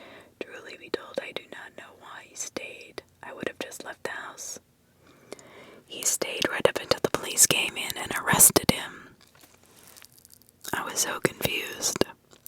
Apparently he was a homeless man and was armed with a knife from my kitchen. He had recently been seen in the area trying to get into others' houses. To this day, I'm very frightened to sleep. I now sleep with my bedroom door locked and all of my windows closed. I also sleep with a knife under my pillow. I know that this is unlikely to ever happen again, but I just cannot forget the way he dropped down from my attic.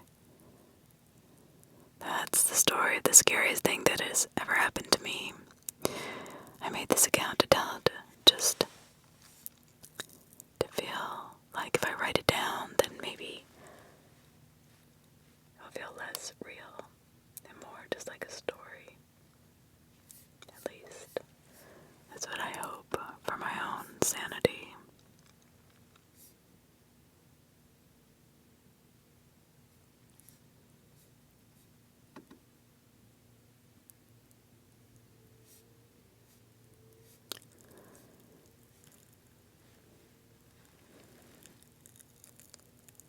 So this happened just quite a while ago. I was home alone with just my dog. And after all this time, I'm sure what happened was really strange. I have no idea what this man actually wanted, but I did not order pizza. I'm watching TV one night about 11 p.m. when I hear a car pull up outside, and the engine shuts up. I figured it was obviously a neighbor, but nosy dog wanted to have a look and went to the window. He kind of messed the blinds up when he went to look, so I got up to fix them. However, when I did, I noticed a car parked in the street across from my house and my neighbor's house. I couldn't really make out any details, but it looked like the driver was still sitting in the car. Oh well, I don't know. I didn't really think anything of it at the time. I got a drink and went back to watching TV. Now, quite a while had passed since I fixed the blinds, but I'm not sure how long. I guess 15-20 minutes. Now, out of nowhere, I hear a tapping at the door. It was so quiet, I had to second guess it. It wasn't a knock, it was so light, very, very quiet. But my dog had sat up to look at the door, and I paused the TV when the same tapping then started on the window. I ripped open the blinds and saw a man standing there. I couldn't make out his face properly, and he immediately walked back to the door and started tapping at it again. Now, this may not sound very frightening, and I'm not sure why, but I suddenly had a really terrible feeling. I was absolutely terrified.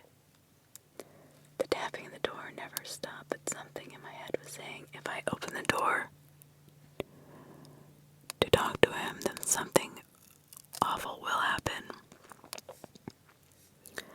So I go upstairs to open a window to ask what the hell he wanted. It felt safer, actually. I felt quite safer doing this than opening the door.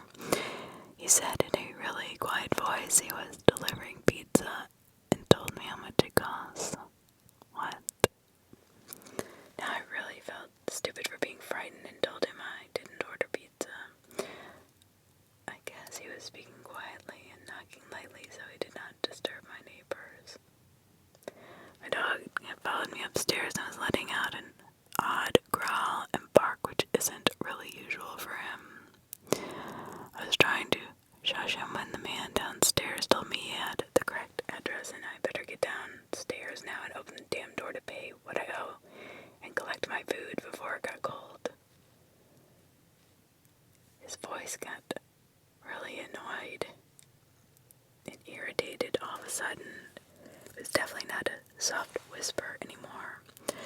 Really confused because I most definitely did not order any food and began telling him that again when I noticed he didn't have a damn pizza. He wasn't carrying anything at all. Now I am really freaked out. Starting to sweat because I'm so scared. This man is outside my door. It's late at night. Nobody else is around. And again, I tell him he's got the wrong address. And he gets super angry. He keeps telling me to open the damn door. He was going between angry and sort of trying to persuade me to get back downstairs. It was so strange. I asked him then where the pizza was. He said he had hold of it. Now, it's really dark, but he definitely didn't have anything in his hands. And my dog would not stop making a fuss at this point, and the stranger had turned into a broken record. Come downstairs, open the door, come downstairs, open the door. All the noise must have alerted my neighbor, who did open his front door, and the man did not say a word but practically ran across the street to the car that I had heard pull up a while ago. He went back to the car empty-handed. I have no idea what he wanted, but he certainly wasn't delivering a pizza. This freaked me out as well, that my dog is quite obviously a large breed and the man saw him through the window, and it didn't deter him at all. Even odder, the stranger, and less random that he actually drove to my house, as though he had planned on showing up there and targeting me, which made me feel even more frightened. I often wonder if he had been watching me for a while. Luckily, to this date, nothing else has happened. So I don't know if I will ever know what this man wanted trying to deliver a pizza he did not have. And I did not order.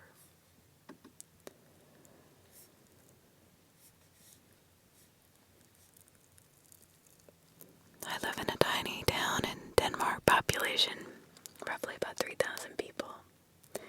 Never anything really bad happens. Actually, nothing ever happens. But the following scared the entire town to death. My kindergarten teacher prevented a child murder. And back in 2005, I was still in kindergarten. A strange and agitated man who was a father to one of the children came and demanded my teacher that he wanted to see his daughter. He wanted to take her out of school. My teacher could see in his eyes that something was not right, and he was extremely upset. Therefore, he denied him to see his daughter, and after a very uncomfortable discussion with the father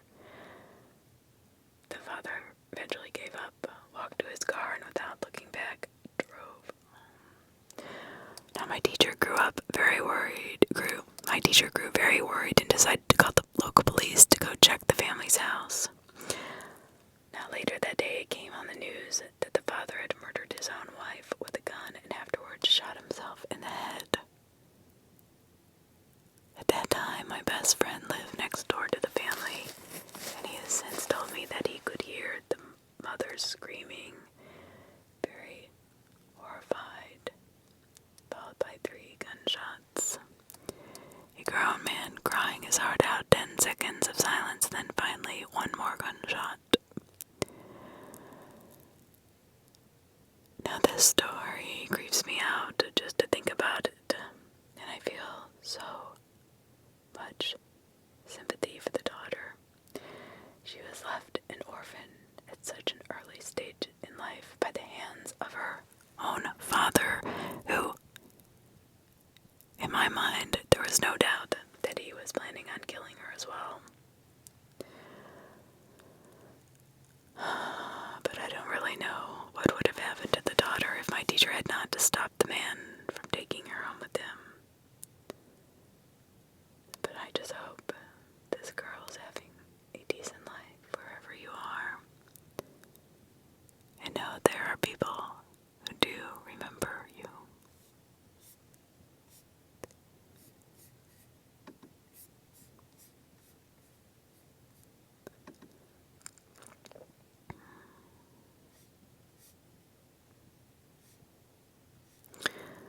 I used to deliver pizza in college. Now my one main rule was never to go inside. But I delivered this order to this house and the guy opened the door and said, "Honey, the pizza's here." But the house was obviously empty. Nothing in the house. No furniture, no rugs, no nothing. Literally floors and walls bare. It was a huge place, abandoned. No noise. No response from a woman. The guy told me to come in while he goes to get his wallet. He asked me to stand in a very specific spot and tells me not to move. But then he locks the fucking door and he walks to another room to get his wallet and keeps looking back at me. I'm waiting 10 minutes and nothing. He does not come back. I walk towards the corner. The guy went and get close to this door, and I hear the guy talking about me, like physically describing me, and keep saying, "It'll be easy." What? Then I bolted, found the back door, hopped the fence, and quit that day. Never delivered anything ever again to anybody's house. Remember, trust your instincts, and if your rule is to never go inside, stick to it. Do not go inside. Because you never know what kind of sinister people are out there and what kind of things they might do to you. Sick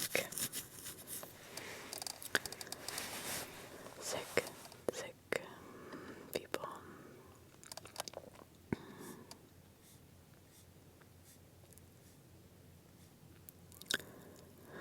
I was around 6, maybe 7 years old.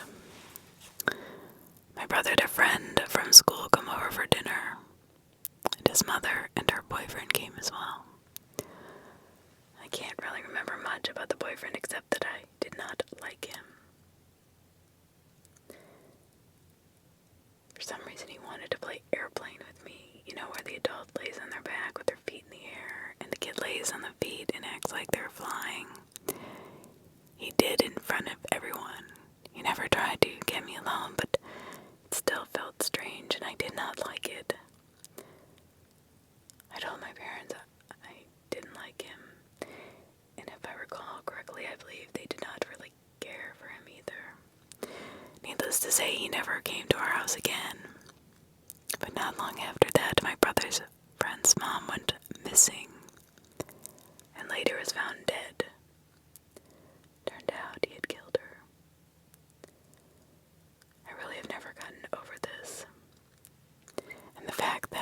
as a young child, something about this man rubbed me the wrong way. It freaks me out to this day. And listen to your gut. There's a reason you get that feeling about a person or place. So parents, if a child tells you something is off, believe them. You could save your life or somebody you know. Again, follow your gut.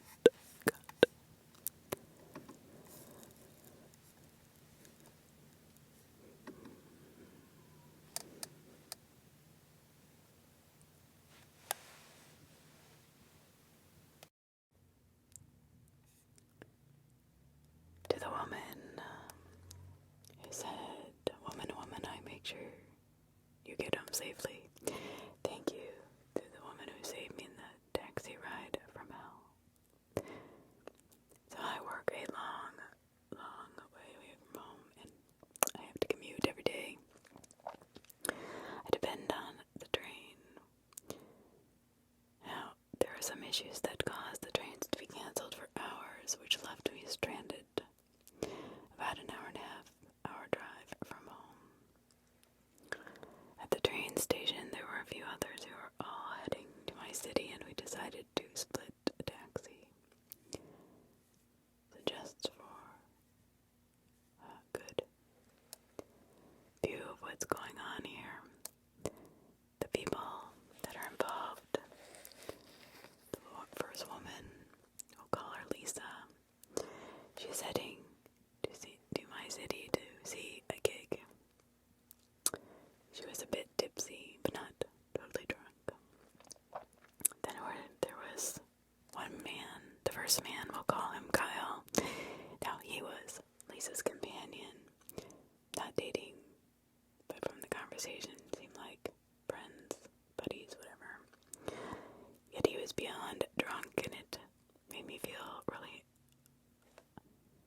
uncomfortable, because he was actually visiting in a bush and kept making vulgar comments about Lisa's hot cousin. So then there's the second man, we'll call him John. He was traveling alone and mentioned that he lived in my city. He had just moved there, but was in that town where we were leaving from, as he just broke up with his girlfriend and was picking stuff up from her place.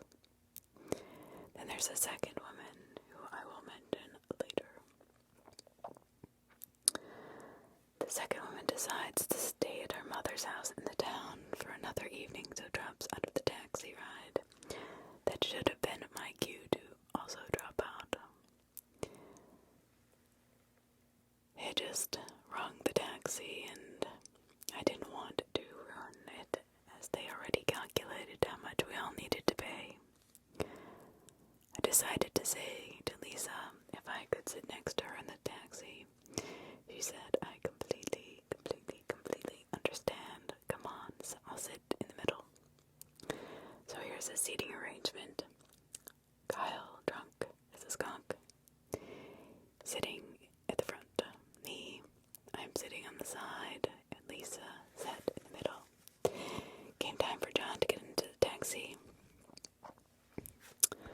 Mind, from where we were parked, there was no danger to get in from the other side, as there were no oncoming cars. He opens the door on my side and just stares at me.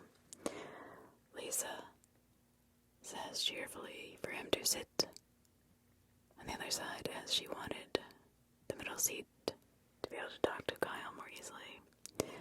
John then stared at both of us for another second or two, scoffed, and slowly walked over to the other side and shuffled in.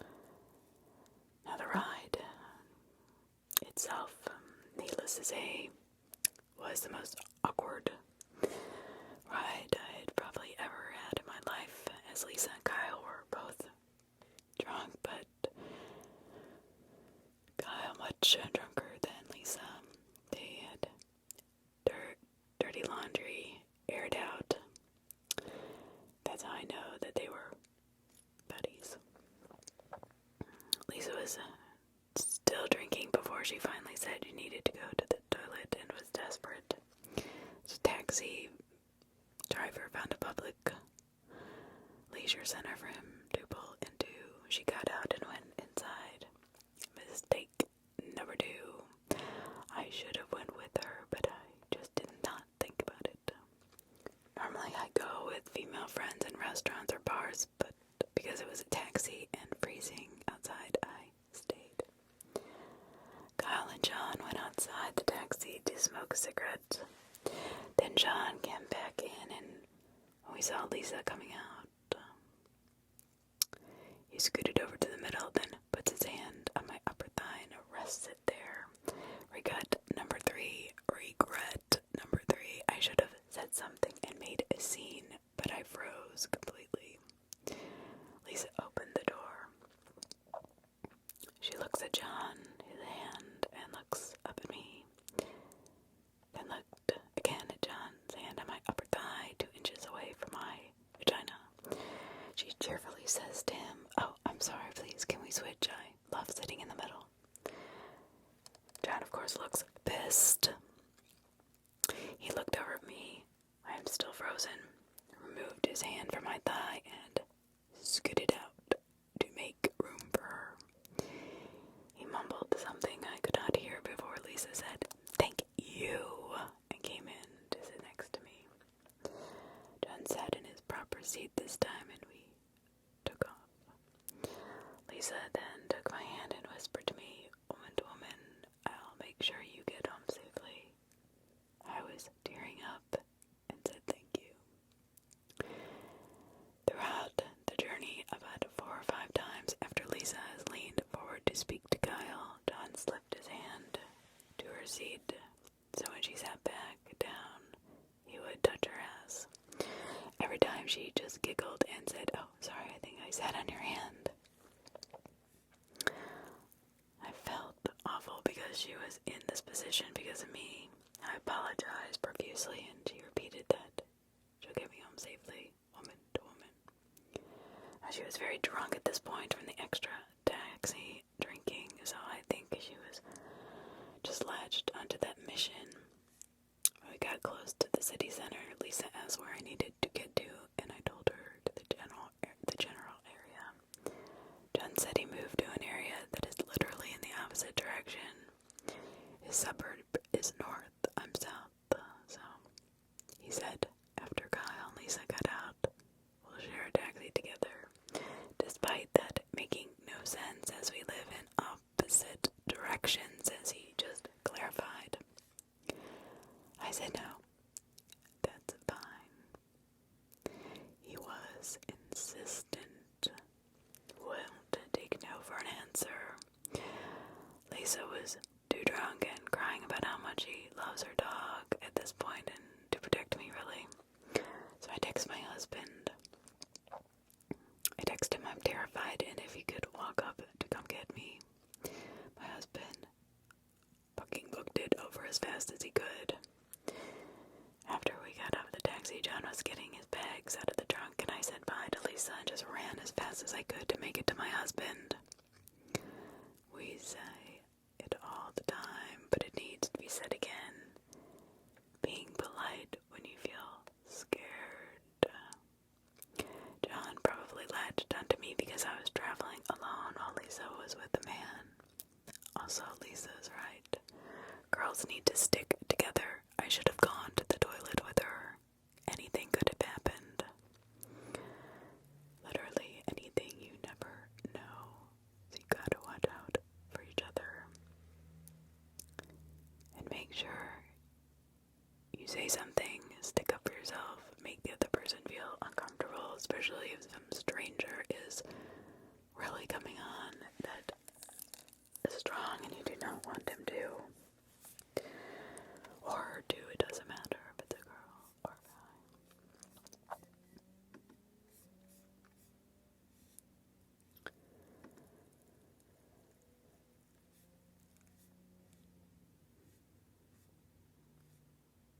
So, yeah, here's the story of the time Ted Bundy picked me up while I was hitchhiking. A friend of mine and I had decided to drive from Philadelphia to Miami Beach.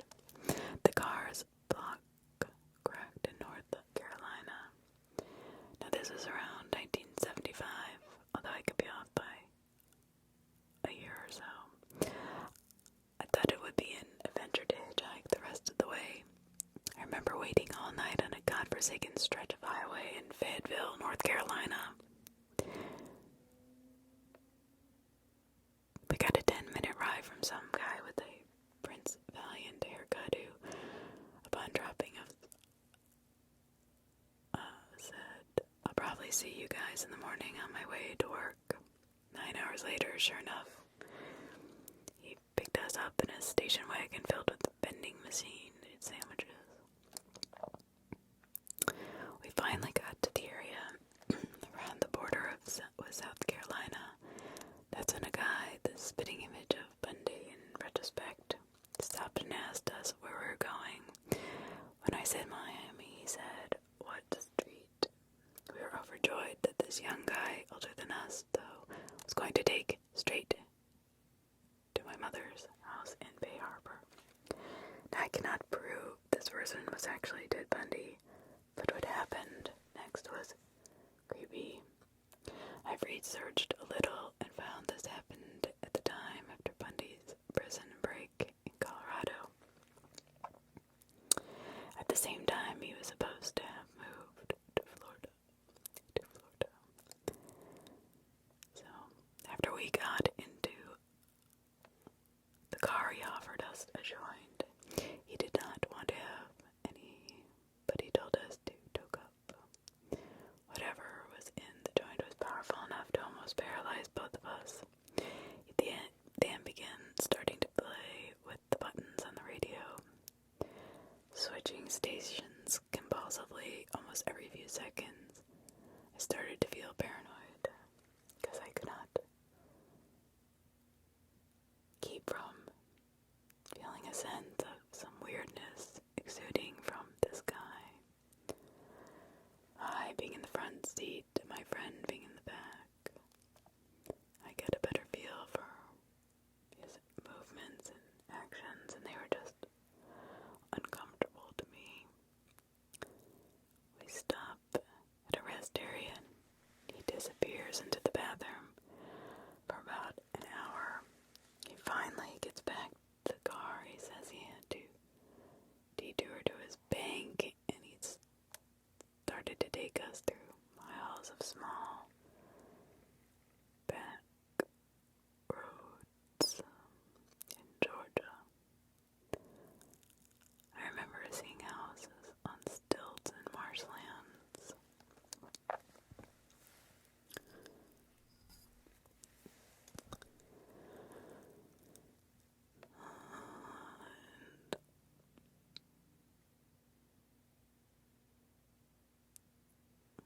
We finally stopped in the most remote location where there was a single building that looked like an abandoned tavern.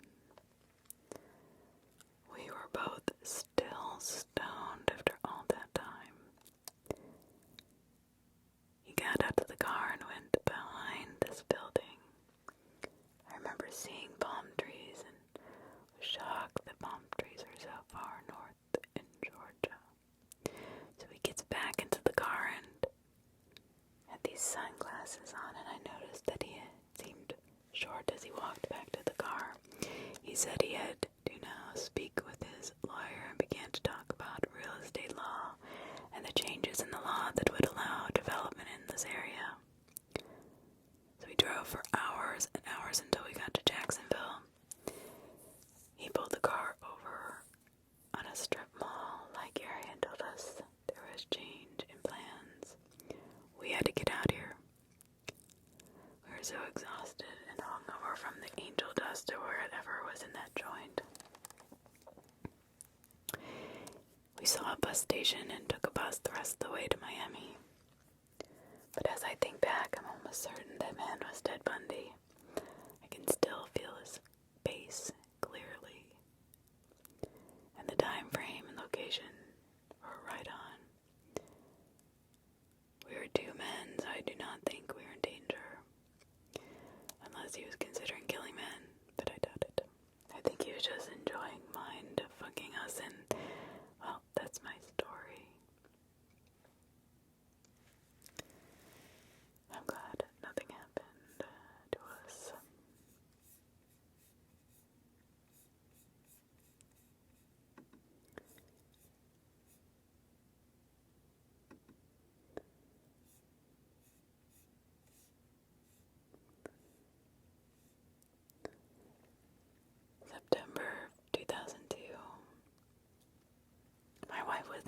7th month of pregnancy with our first child. We lived in Ohio at the time, and she wanted a baby shower. Since most of her family and close friends lived in Baltimore, Maryland, we planned that we would travel to Baltimore and have the baby shower there on Saturday, October 19th, 2002. But October 3rd and 4th brought the horrifying realization that a serial killer was on the loose in Baltimore, D.C. area. We naturally re-examined our plans, but decided to go through with them all the same. After all, what's the likelihood of being this sniper's victim?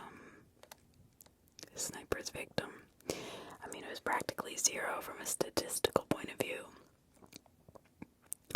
My wife and I listened to the news of the Beltway Sniper in the days leading up to our trip.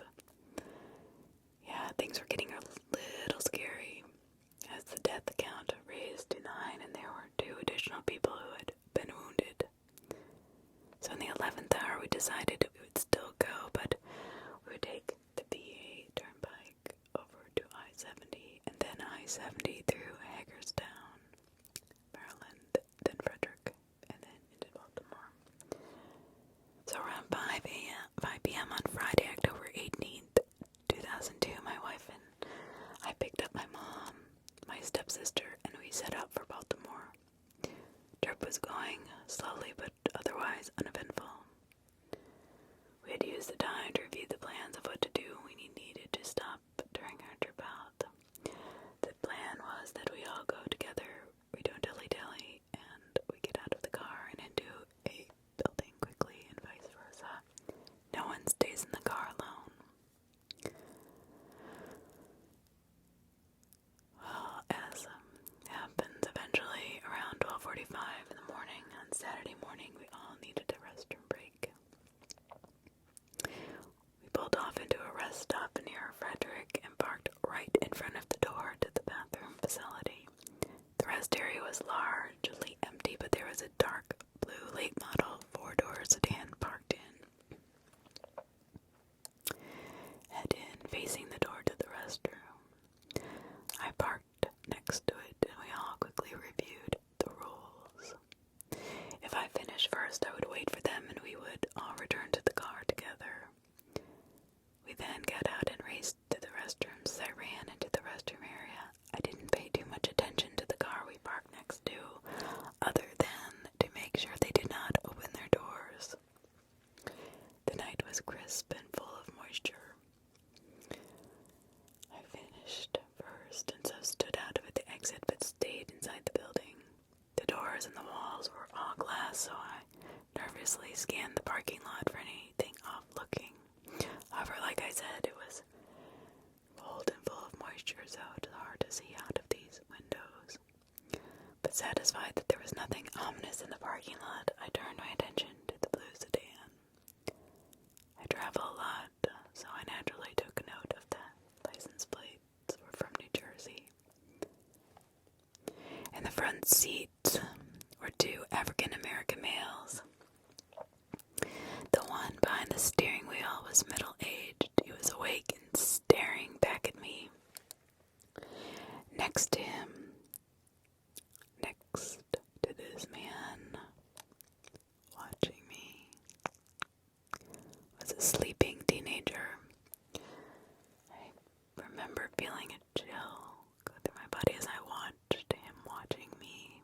At the time, the authorities had not released info on the snipers, and they didn't know of the ominous role the car played in their killing spree. I was so ignorant of the danger these 2 really presented. So, a few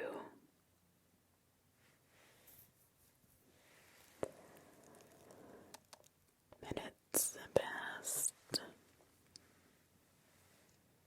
before my family returned, and we all ran back to the car. In a flash, we sped away and continued to our destination. I remember noticing something weird about the trunk. My family was poor growing up, so we sometimes had to pop out a broken lock and couldn't afford to fix it right away, so we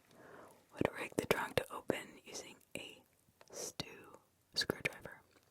I remember thinking that's what they must have done with their trunk. It turns out it was the hole that they shot out of while they were staying concealed.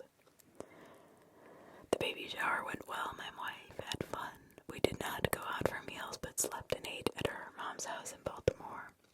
On Sunday morning, it was time to go. We took a much more northern route, going home just to be safe. Well, fast forward a week or so later, they captured the Beltway Snipers. You can imagine the renewed horror running through my body as when in the newspaper, the face of the man that had been staring at me. We stopped to be at the rest stop. John Allen Mohammed was staring back at me again. There was also a photo of the car we had parked next to, and scarier still, the reports that they had been captured in the exact same rest stop where we had parked next to them a week earlier. I can only assume that the teenage boy that had been asleep next to him was Lee Boyd Malvo.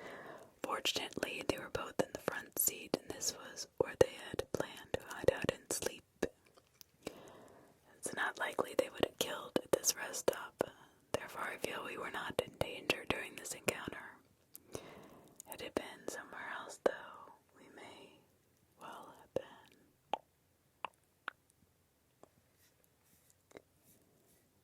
We may well have been.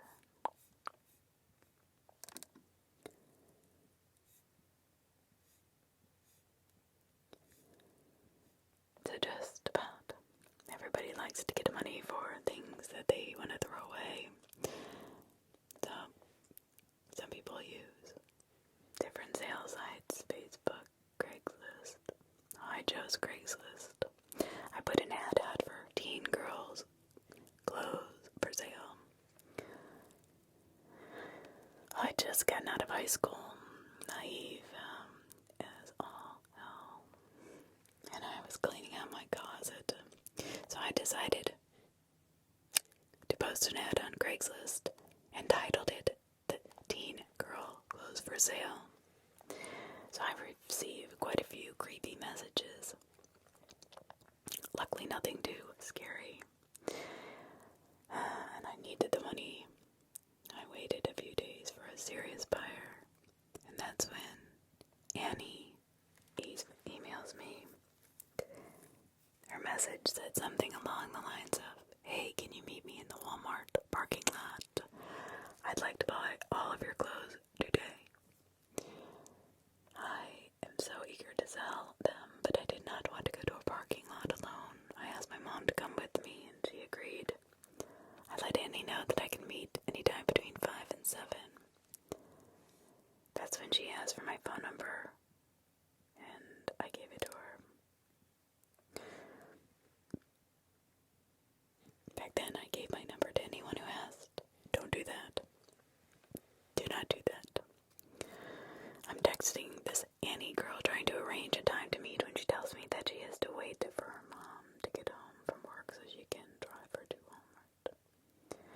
I'm immediately relieved because I'm thinking, oh great, she's bringing her mom, I'm bringing mine, we'll meet in public, all is good. All is not good. We agreed to meet up at 6:30 at the far right side of the parking lot. Excited to get rid of all these clothes and get some money too, we head to the side of Walmart Park and wait. I text her and let her know that we were there waiting, and the first red flag to leave should have been her reply. "Are you alone? What kind of car are you driving?" I tell her, and I also tell her, "No, I'm with my mom." There was no response. It's getting dark now, and I'm looking around the parking lot to see if I can find her. That's when I spot him. A male. Young man not much older than me in a white Nissan parked in this aisle before us with his windows half down, staring directly at us. I asked my mom to see that guy? Why is he staring? How much longer should we wait for this Annie girl? So she casually glances in his direction. Up until this point, we both had been on our phones, not paying too much attention to anyone around us. I've since learned about the term situational awareness. Pay attention to your surroundings, people. I figured she would text me when she was almost there, but she hadn't, so I called her. No answer. Then the man in the aisle over rolls his window all the way down, still staring, and starts to blow bubbles. Literally actual bubbles. I'm not even lying. I cannot see him holding the container, gently blowing these bubbles in our direction. Then he pauses and gives us a weird, creepy smile. A sinister one.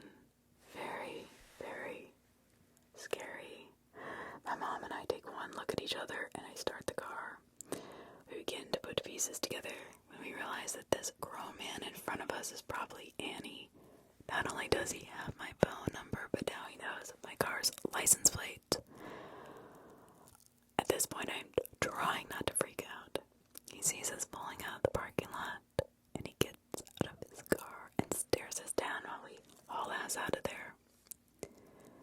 All I could do was pray he did not follow us, and oh, thank God he didn't.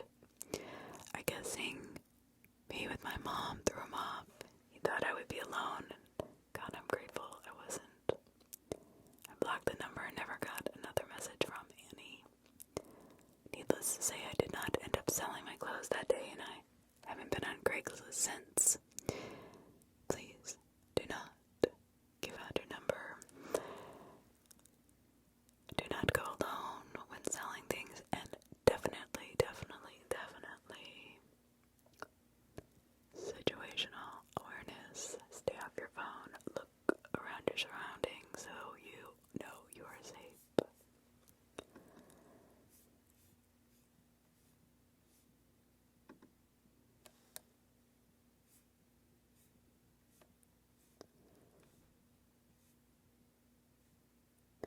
I'm currently staying at Airborne with our Airbnb with some family just before I go back to my normal boring life, and I've been noticing some things that just don't really feel right to me. So this is the story of the weird things I've noticed at my Airbnb. Number one, oddly there are no normal doors in this house. There are only barn doors with their bottom stopper removed, which make it increasingly simple to push them off the hinges. Number two, there are peepholes in different areas of the house that makes it easy to see into other rooms.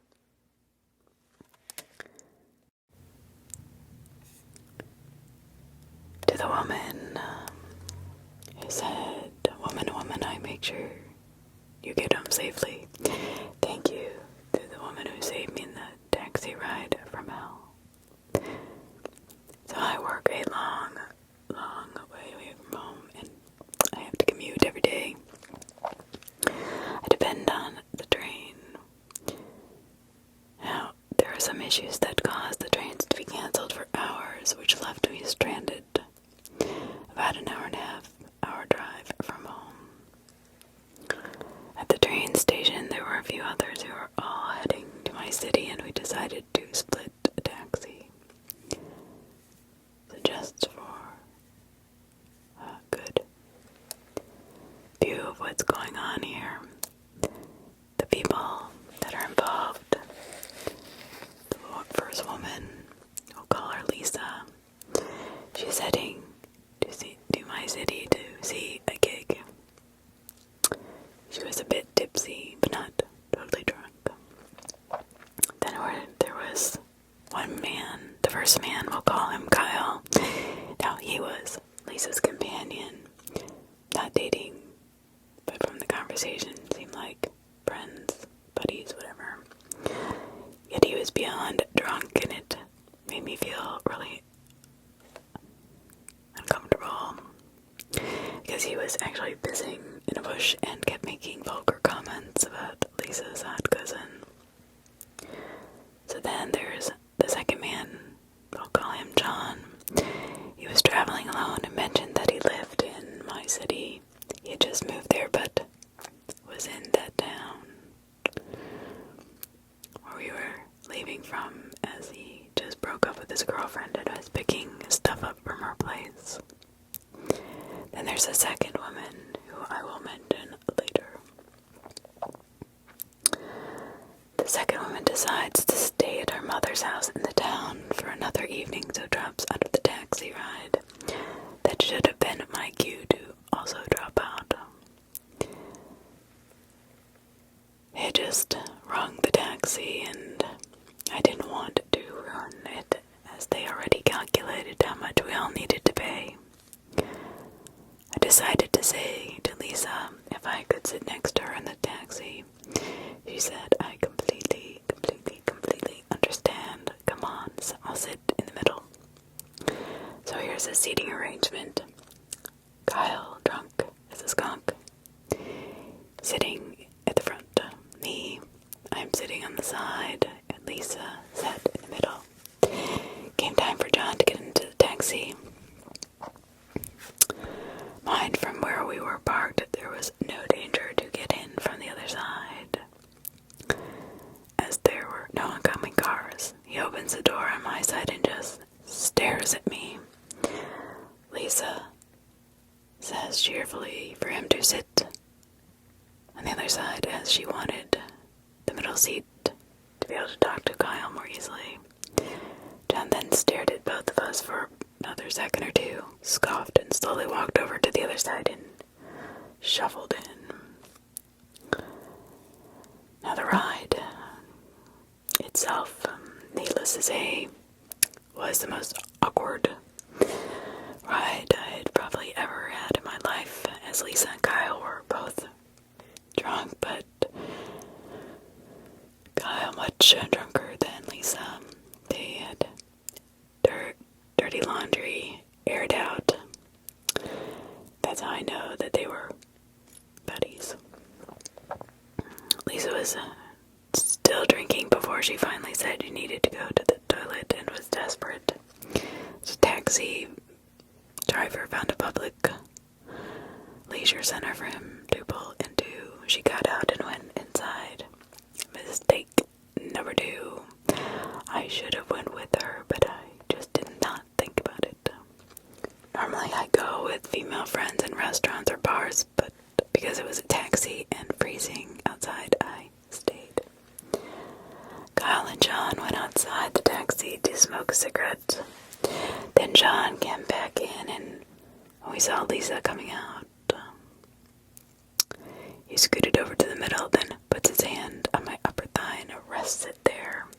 Regret number 3. Regret number 3. I should have said something and made a scene, but I froze completely. Lisa opened the door. She looks at John, his hand, and looks up at me. Then looked again at John's hand on my upper thigh, 2 inches away from my vagina. She cheerfully says to him, "Oh, I'm sorry, please, can we switch? I love sitting in the middle." John, of course, looks pissed. He looked over at me. I am still frozen. Removed his hand from my thigh and scooted out to make room for her. He mumbled something I could not hear before Lisa said, "Thank you," and came in to sit next to me. John sat in his proper seat this time, and we took off. Lisa then took my hand and whispered to me, "Woman to woman, I'll make sure you get home safely." I was tearing up and said thank you. Throughout the journey, about 4 or 5 times after Lisa has leaned forward to speak to Kyle, John slipped his hand to her seat, so when she sat back down, he would touch her ass. Every time she just giggled and said, "Oh, sorry, I think I sat on your hand." I felt awful because she was in this position because of me. I apologized profusely, and she repeated that she'll get me home safely, woman to woman. She was very drunk at this point from the extra taxi drinking, so I think she was just latched onto that mission.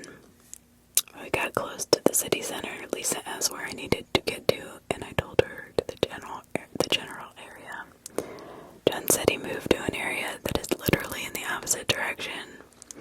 His suburb is north, I'm south, so he said after Kyle and Lisa got out, we'll share a taxi together. Despite that making no sense as we live in opposite directions, as he just clarified. I said no, that's fine. He was insistent, wouldn't take no for an answer.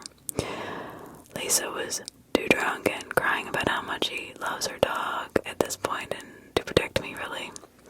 So I text my husband. I text him I'm terrified and if he could walk up to come get me. My husband fucking booked it over as fast as he could. After we got out of the taxi, John was getting his bags out of the trunk, and I said bye to Lisa and just ran as fast as I could to make it to my husband. We say it all the time, but it needs to be said again. Being polite when you feel scared. John probably latched onto me because I was traveling alone while Lisa was with a man. Also, Lisa's right. Girls need to stick together. I should have gone to the toilet with her. Anything could have happened. Literally anything, you never know. So you gotta watch out for each other. And make sure you say something, stick up for yourself, make the other person feel uncomfortable, especially if some stranger is really coming on that is strong and you do not want him to. Or do, it doesn't matter if it's a girl or a guy.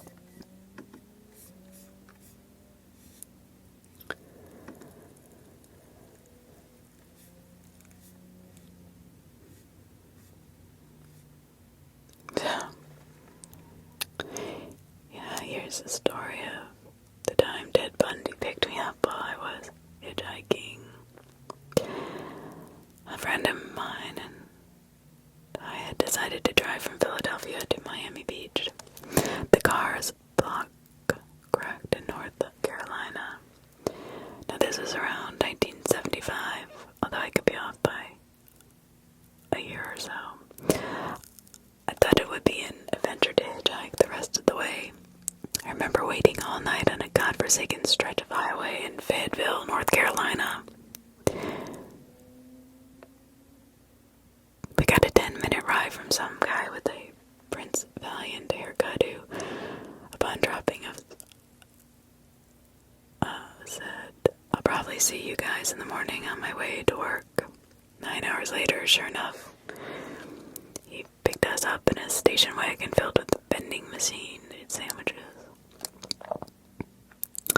We finally got to the area around the border of South Carolina.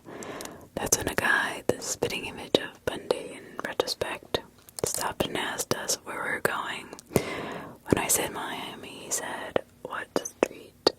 We were overjoyed that this young guy, older than us, though, was going to take straight to my mother's house in Bay Harbor.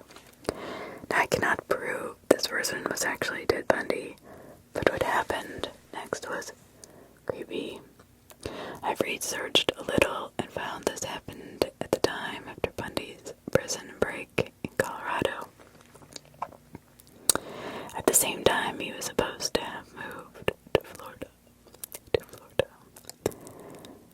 So, after we got into the car, he offered us a joint. He did not want to have any, but he told us to toke up. Whatever was in the joint was powerful enough to almost paralyze both of us.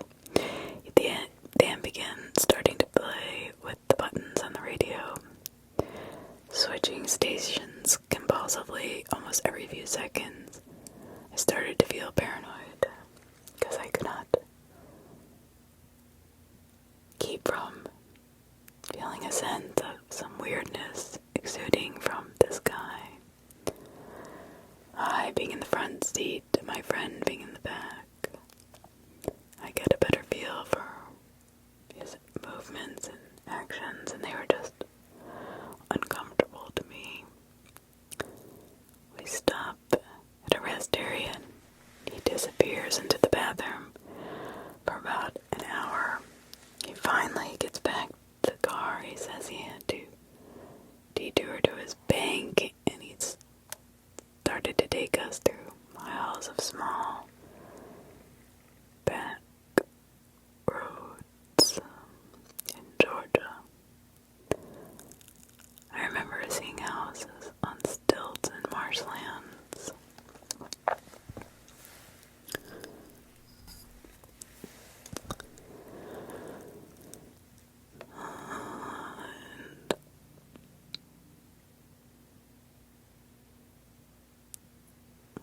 We finally stopped in the most remote location where there was a single building that looked like an abandoned tavern. We were both still stoned after all that time. He got out of the car and went behind this building. I remember seeing palm trees and was shocked that palm trees are so far north in Georgia. So he gets back into the car and had these sunglasses on, and I noticed that he seemed short as he walked back to the car. He said he had to now speak with his lawyer and began to talk about real estate law and the changes in the law that would allow development in this area. So we drove for hours and hours until we got to Jacksonville. He pulled the car over on a strip mall-like area and told us there was change in plans. We had to get out here. We were so exhausted and hungover from the angel dust or whatever was in that joint. We saw a bus station and took a bus the rest of the way to Miami. But as I think back, I'm almost certain that man was Ted Bundy. I can still feel his face clearly. And the time frame and location were right on. We were two men, so I do not think we were in danger. Unless he was considering killing men, but I doubt it. I think he was just enjoying mind fucking us, and, well, that's my story.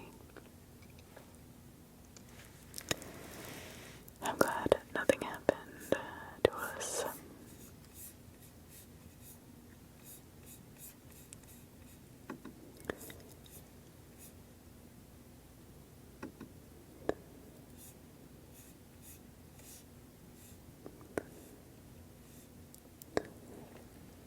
September 2002. My wife was in her 7th month of pregnancy with her first child. We lived in Ohio at the time, and she wanted a baby shower. Since most of her family and close friends lived in Baltimore, Maryland, we planned that we would travel to Baltimore and have the baby shower there on Saturday, October 19th, 2002. But October 3rd and 4th brought the horrifying realization that a serial killer was on the loose in Baltimore, D.C. area. We naturally re-examined our plans, but decided to go through with them all the same. After all, what's the likelihood of being this sniper's victim? I mean, it was practically zero from a statistical point of view. My wife and I listened to the news of the Beltway Sniper in the days leading up to our trip. Yeah, things were getting a little scary as the death count raised to 9, and there were 2 additional people who had been wounded. So in the 11th hour, we decided that we would still go, but we would take the BA turnpike over to I-70 and then I-70 through Hagerstown, Maryland, then Frederick, and then into Baltimore. So around 5 p.m. on Friday, October 18th, 2002, my wife and I picked up my mom, my stepsister, and we set out for Baltimore. Trip was going slowly but otherwise uneventful. We had used the time to review the plans of what to do. We needed to stop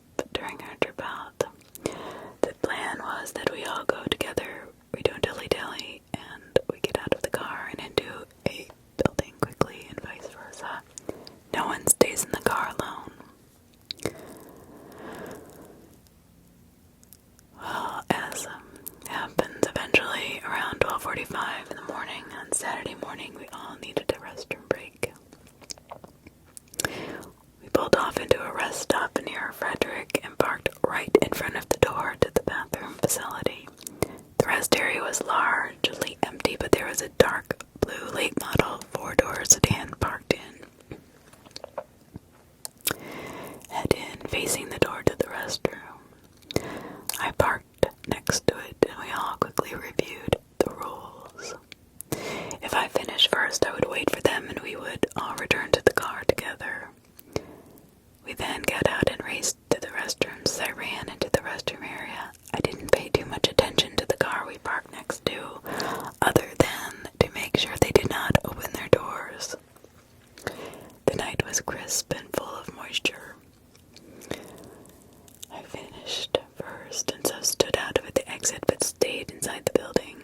The doors and the walls were all glass, so I nervously scanned the parking lot for anything off-looking.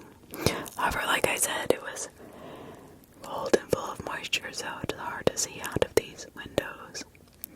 But satisfied that there was nothing ominous in the parking lot, I turned my attention to the blue sedan. I travel a lot, so I naturally took note of the license plates were from New Jersey. In the front seat were 2 African-American males. The one behind the steering wheel was middle-aged. He was awake and staring back at me. Next to him, next to this man watching me, was a sleeping teenager. I remember feeling a chill go through my body as I watched him watching me. At the time, the authorities had not released info on the snipers, and they didn't know of the ominous role the car played in their killing spree. I was so ignorant of the danger these 2 really presented. So, a few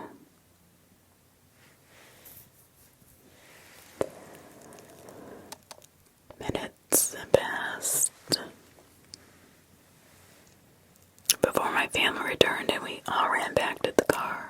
In a flash, we sped away and continued to our destination. I remember noticing something weird about the trunk. My family was poor growing up, so we sometimes had to pop out a broken lock and couldn't afford to fix it right away, so we would rig the trunk to open using a screwdriver. I remember thinking that's what they must have done with their trunk. It turns out it was the hole that they shot out of while they were staying concealed. The baby shower went well. My wife had fun. We did not go out for meals, but slept and ate at her mom's house in Baltimore.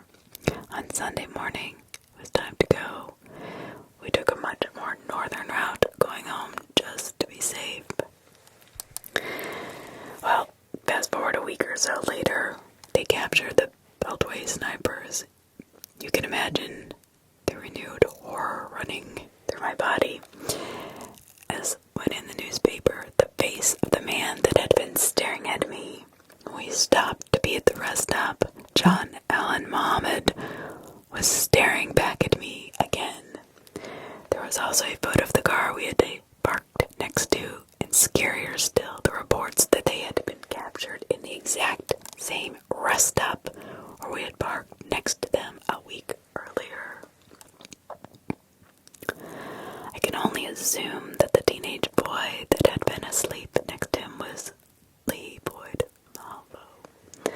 Fortunately, they were both in the front seat, and this was where they had planned to hide out and sleep. It's not likely they would have killed at this rest stop. Therefore, I feel we were not in danger during this encounter. Had it been somewhere else, though, we may well have been.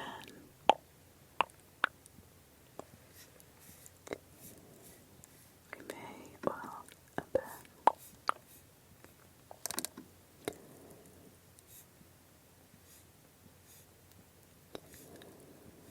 So just about everybody likes to get money for things that they want to throw away. So some people use different sales sites, Facebook, Craigslist. I chose Craigslist. I put an ad out for teen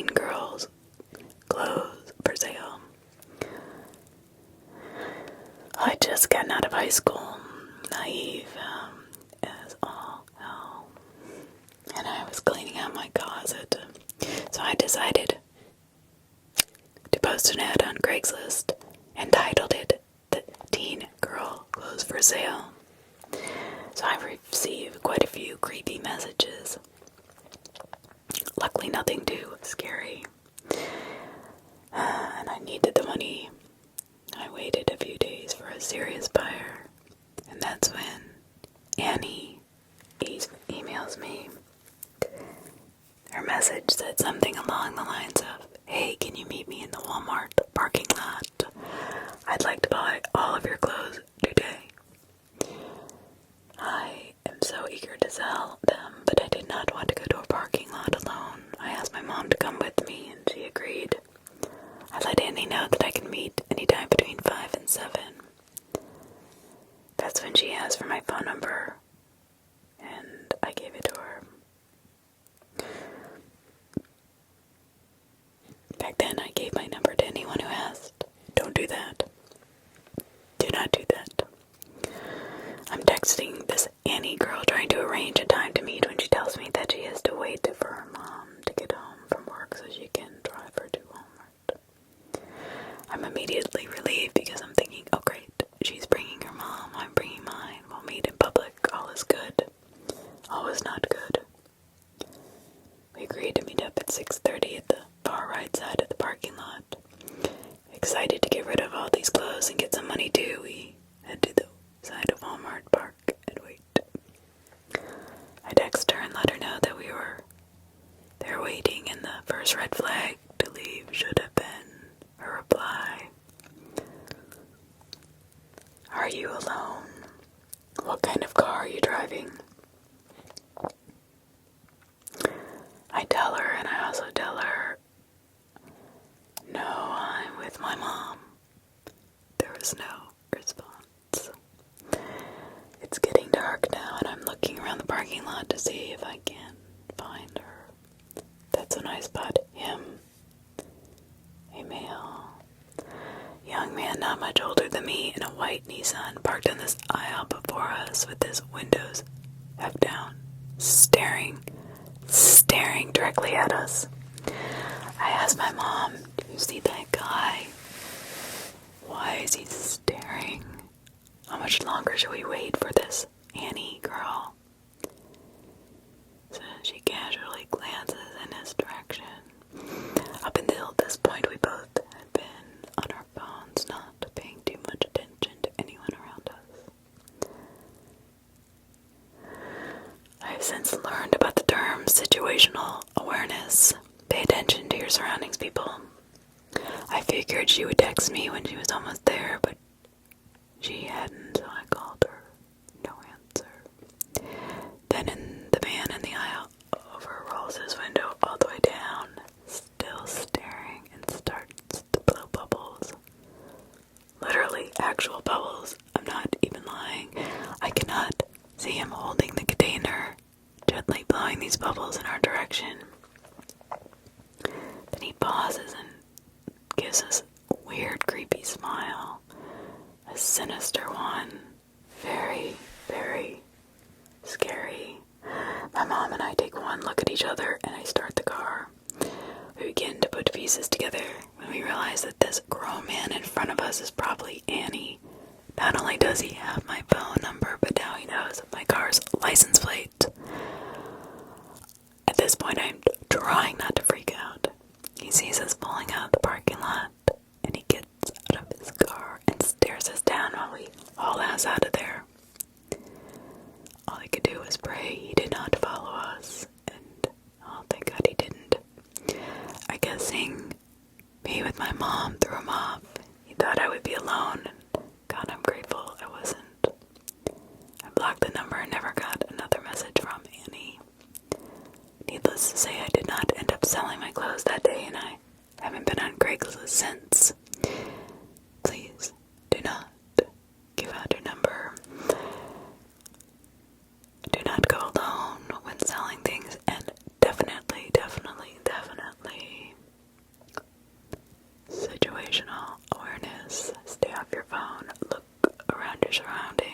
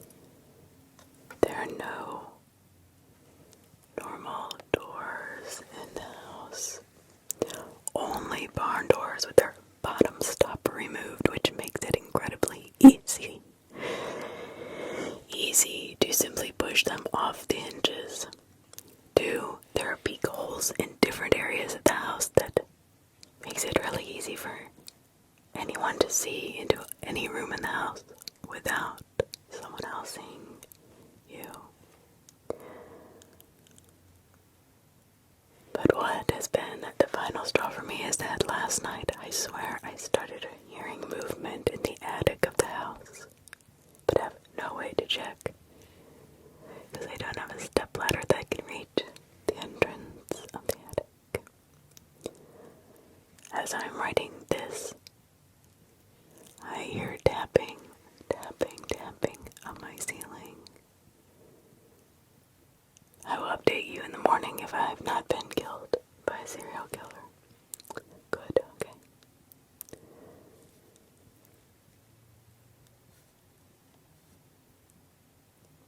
Seems we have a pretty good end to this little creepy encounter. I messaged the owner and he drove over to the airport to look at the stop.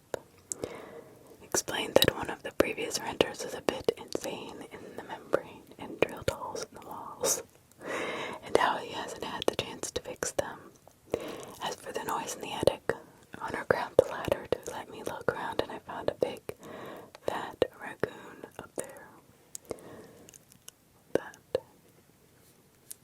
was a much better ending than I thought it was going to be.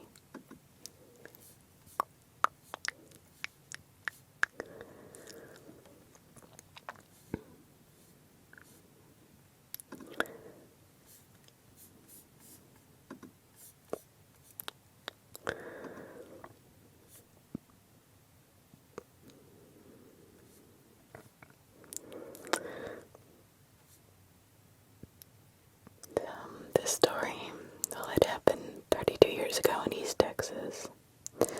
My father had disappeared and the FBI came looking for him. My dad and mom now divorced when I was 16 years old. My dad and mom divorced when I was 16 years old, and my brothers and I lived with my mom. My dad visited us once in a while, but not really on a consistent basis. He was a gambler. One of the reasons my parents split up and tended to not come around when he was broke. But on the rare occasion that he won big, he would visit and spend money on us, and then he'd disappear again. My dad said he had a job as a shuttle driver for a local hotel.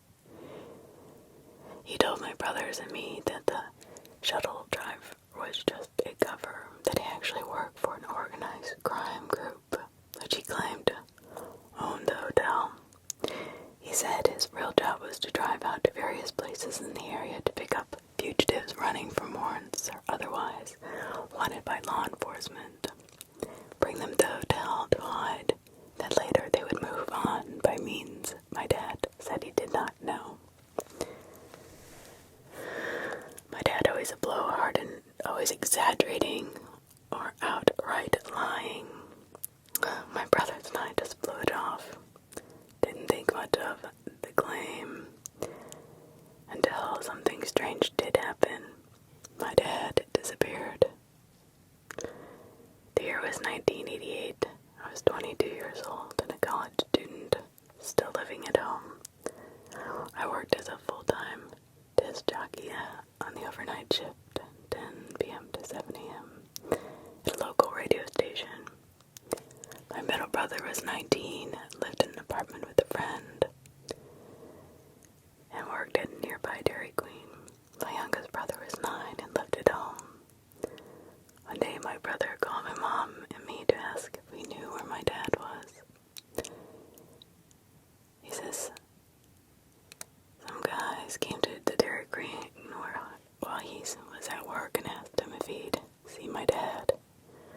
My brother truthfully told them that he had not seen or heard from my dad in months, and that he often does that, cuts off contact for months at a time.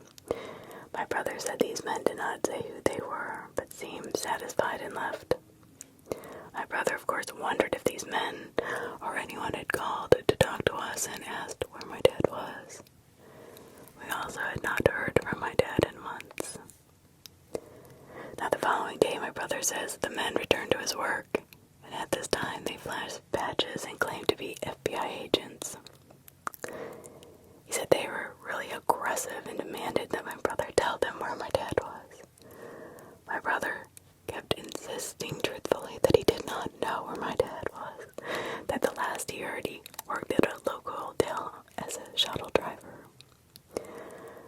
experience upset him, and he called my mom and me again.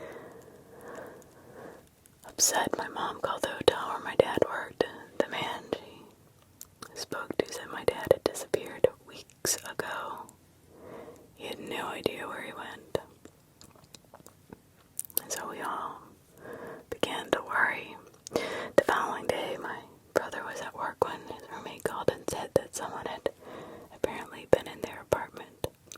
The roommate claimed that when he got home from work, he found the glass of the sliding door open and placed ransacked. Nothing appeared to be missing.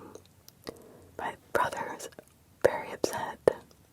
Went to his apartment and found that in fact his address book was missing from the breakfast nook and a teddy bear he recently bought for his son. And then his son's photos were missing from his bedroom. Now, my brother, my mom, and I were beside ourselves with anger, fear, paranoia. We did not know what or who these people really were. I mean, they claimed to be the local FBI, so we called the local office to complain that the FBI had done this, and to tell them that once and for all, my brother does not know where my dad is.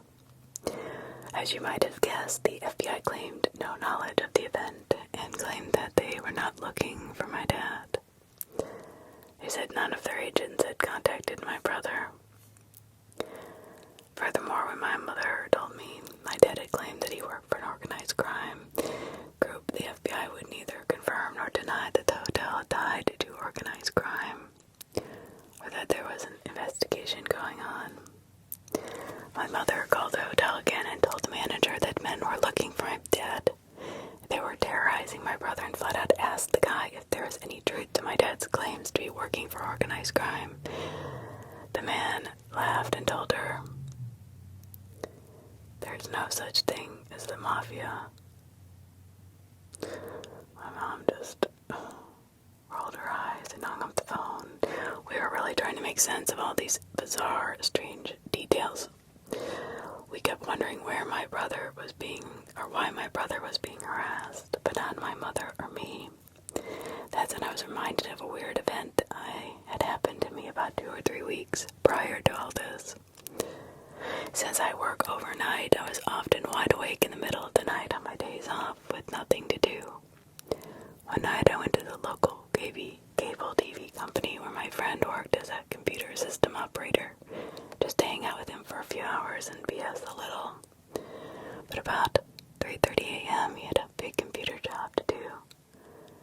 So it was time for me to go home and I left. As soon as I pulled out of his company's driveway, a car was immediately behind me, tailgating me.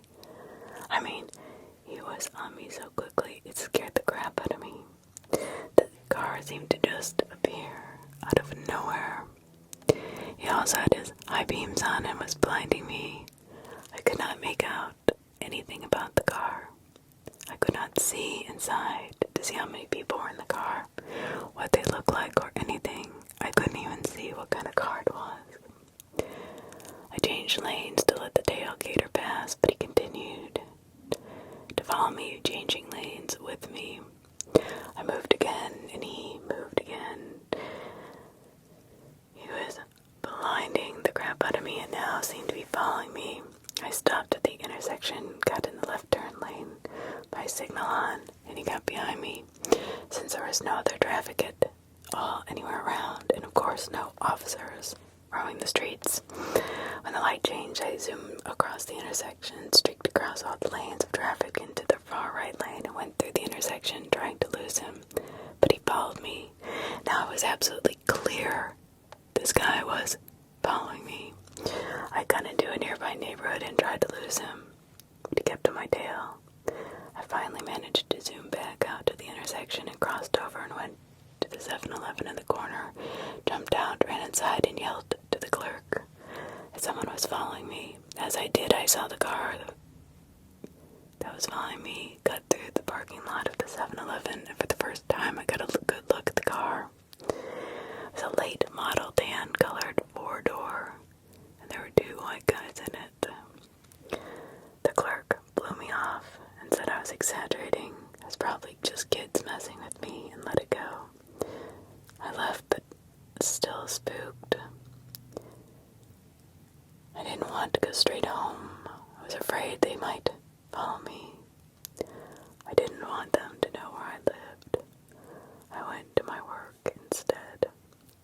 I knew that the disc jockey on the air that night would be my friend Paula, so I decided to go visit her on the air for a while and hang out and calm down. I told her what happened and hung out for about 2 hours. She also felt it probably was just some punks being jerks, and that calmed me down. However, when I got home, 2 hours since this car had harassed me, the damn car was at my house. As I was coming down the street to my apartment and about to turn right, I saw the car pull out of the apartment and past me. The SOBs flashed their high beams on and off at me. It was them. What the fuck? I panicked and called Paula at the radio station and told her what happened. She freaked out. She said, "Oh my god, why would they wait for you at home? Who is this? Call the police." As soon as she said that, I flipped out. How could they possibly know where I lived? Why would they wait 2 hours for me, and then when they finally saw me, flash their lights at me and just leave? I mean, what do these people want? But now remembering that event and putting it together with my brother's quote-unquote FBI visit and apartment break-in, it seemed pretty obvious that it was all tied together. I had not thought about it before, but now I remember my car was actually my dad's car. He gave it to me about 2 months earlier when he got a new one. If somebody had been looking for my dad, they might have thought I was him, and when they saw me coming home, realized I'm not, and just left. Seriously, who is messing with us, and why? Where was my dad? And why are these strange people? Are they FBI? Are they the mafia? Are they part of the hotel? Are they part of the cartel? We didn't know. My mom, my brother, and I went to the local police and filed a missing persons report and a complaint.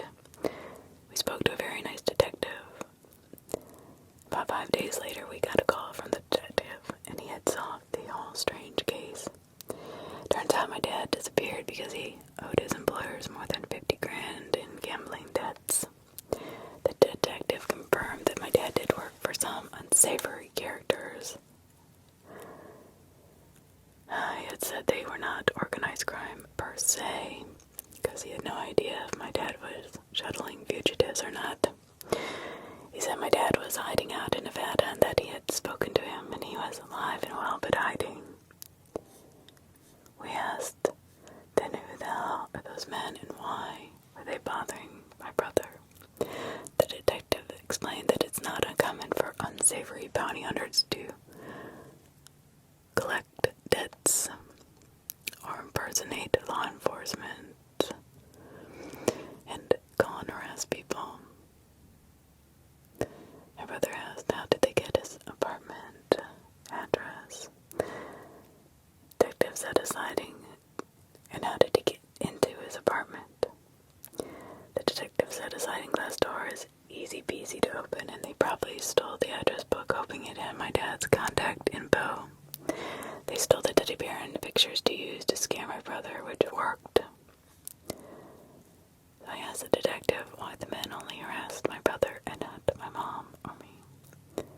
The detective said because my dad used my brother as a reference on his job application at the hotel and gave my brother's address and phone number. The quote FBI agents probably figured he was close to my dad and either maintained contact with him or threatened would contact him. My dad eventually turned up back in town and acted like nothing had ever happened. He never spoke of the incident and we never brought it back up.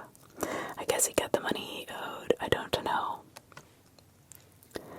And I guess we never will.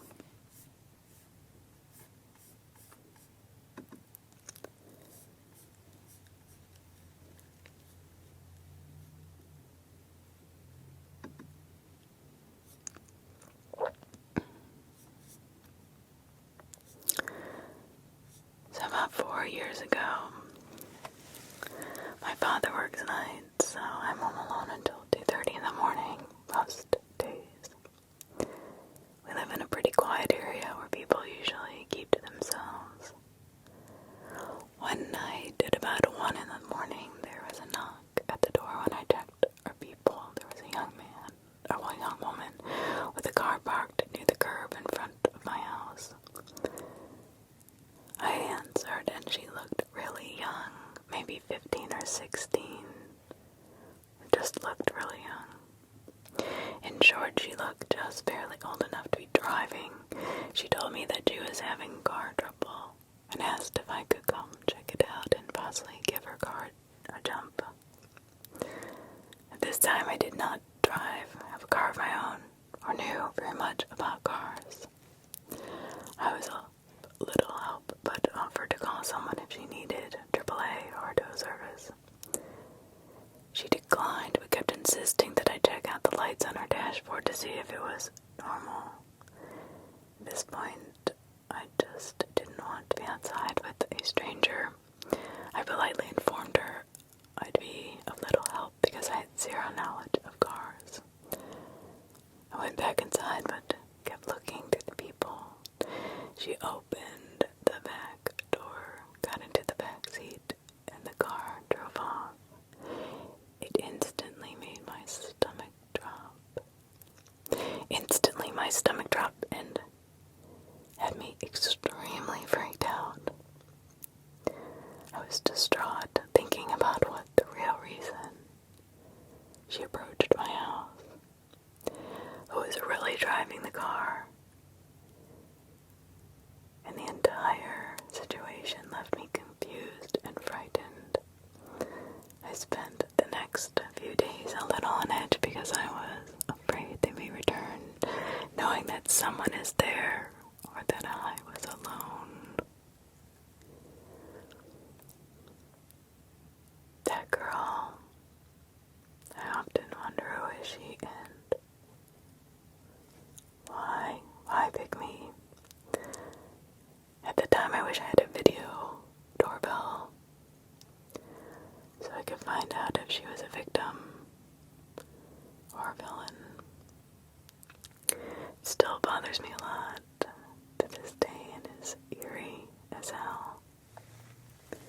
Gut feelings will save you, or if you don't listen to them, may kill you. This story is from about 10 years ago. I was 16, 17 at the time. Subreddit had instantly brought back these memories. At this time, I brushed this off because nothing bad ended up happening to me. So I just chalked it up to, I guess, shit just happens to you when you are a woman walking alone at night. However, looking back, I now realize how creepy it really was. I'm coming home on my own on a Thursday night after being out at a pub with some friends.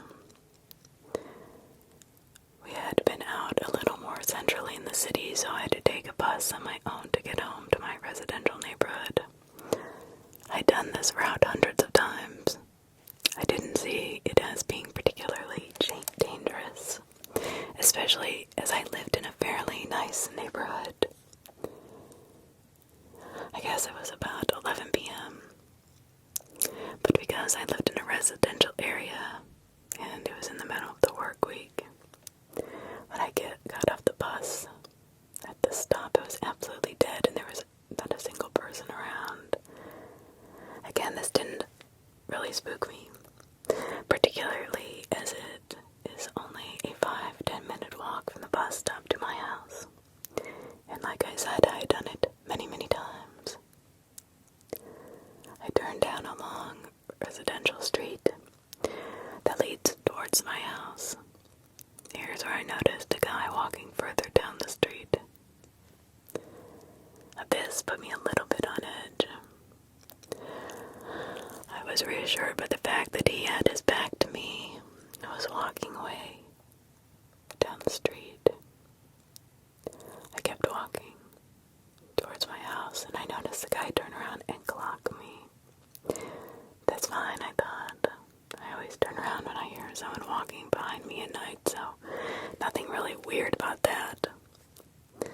I noticed as we got further and further down the street, he kept doing it though. He kept checking that I was still walking in the same direction as him. Now, at this point, I'm starting to get a little bit afraid, particularly because I'm painfully aware that we are the only two people around. I was deciding on what I should do as he turned down the path of one of the houses to our right. I breathed a sigh of relief. He's going to his house, I thought. I laughed at myself because I was just being paranoid the whole time. The houses in my area were terraced, with the front doors being kind of embedded into an enclave into the front of the house. Basically, what this means is that from where I was standing about 50 feet away, I could not actually see the front door of the house, as it was obscured by the wall. However, I saw him walk down the path and disappear into the front door enclave. Logical conclusion was that he was letting himself into his house. As any other intuition or gut feeling, I could not describe exactly what made this feeling arise. After that initial feeling of relief wore off, I suddenly got this horrible sinking feeling of fear. I stopped walking and stood there. A tiny voice in my head that said, "What if he is just faking you out?" The feeling became so strong that I stepped off the pavement and ducked behind a parked car and waited. A couple of minutes went by as I'm crouching behind the car, staring at this house. I saw movement and my heart stopped. The man came back down the path, out into the street, and was looking around, looking for me. He must have been waiting for me in the doorway, knowing that if I kept walking, I would not see him until it was too late. Unfortunately for him, his hiding place also meant that he could not see me. So when I did not walk past as he anticipated, he had to come back out into the street to try and work out where I was. Now looking back, I probably should have called the police at that point. As a scared teenager, my fight-or-flight brain took over and I sprinted down one of the roads, running perpendicular to the street that we were on. I knew I could use it to take a slightly longer route home. I did not stop running until I got home, where I quickly double-locked the door behind me.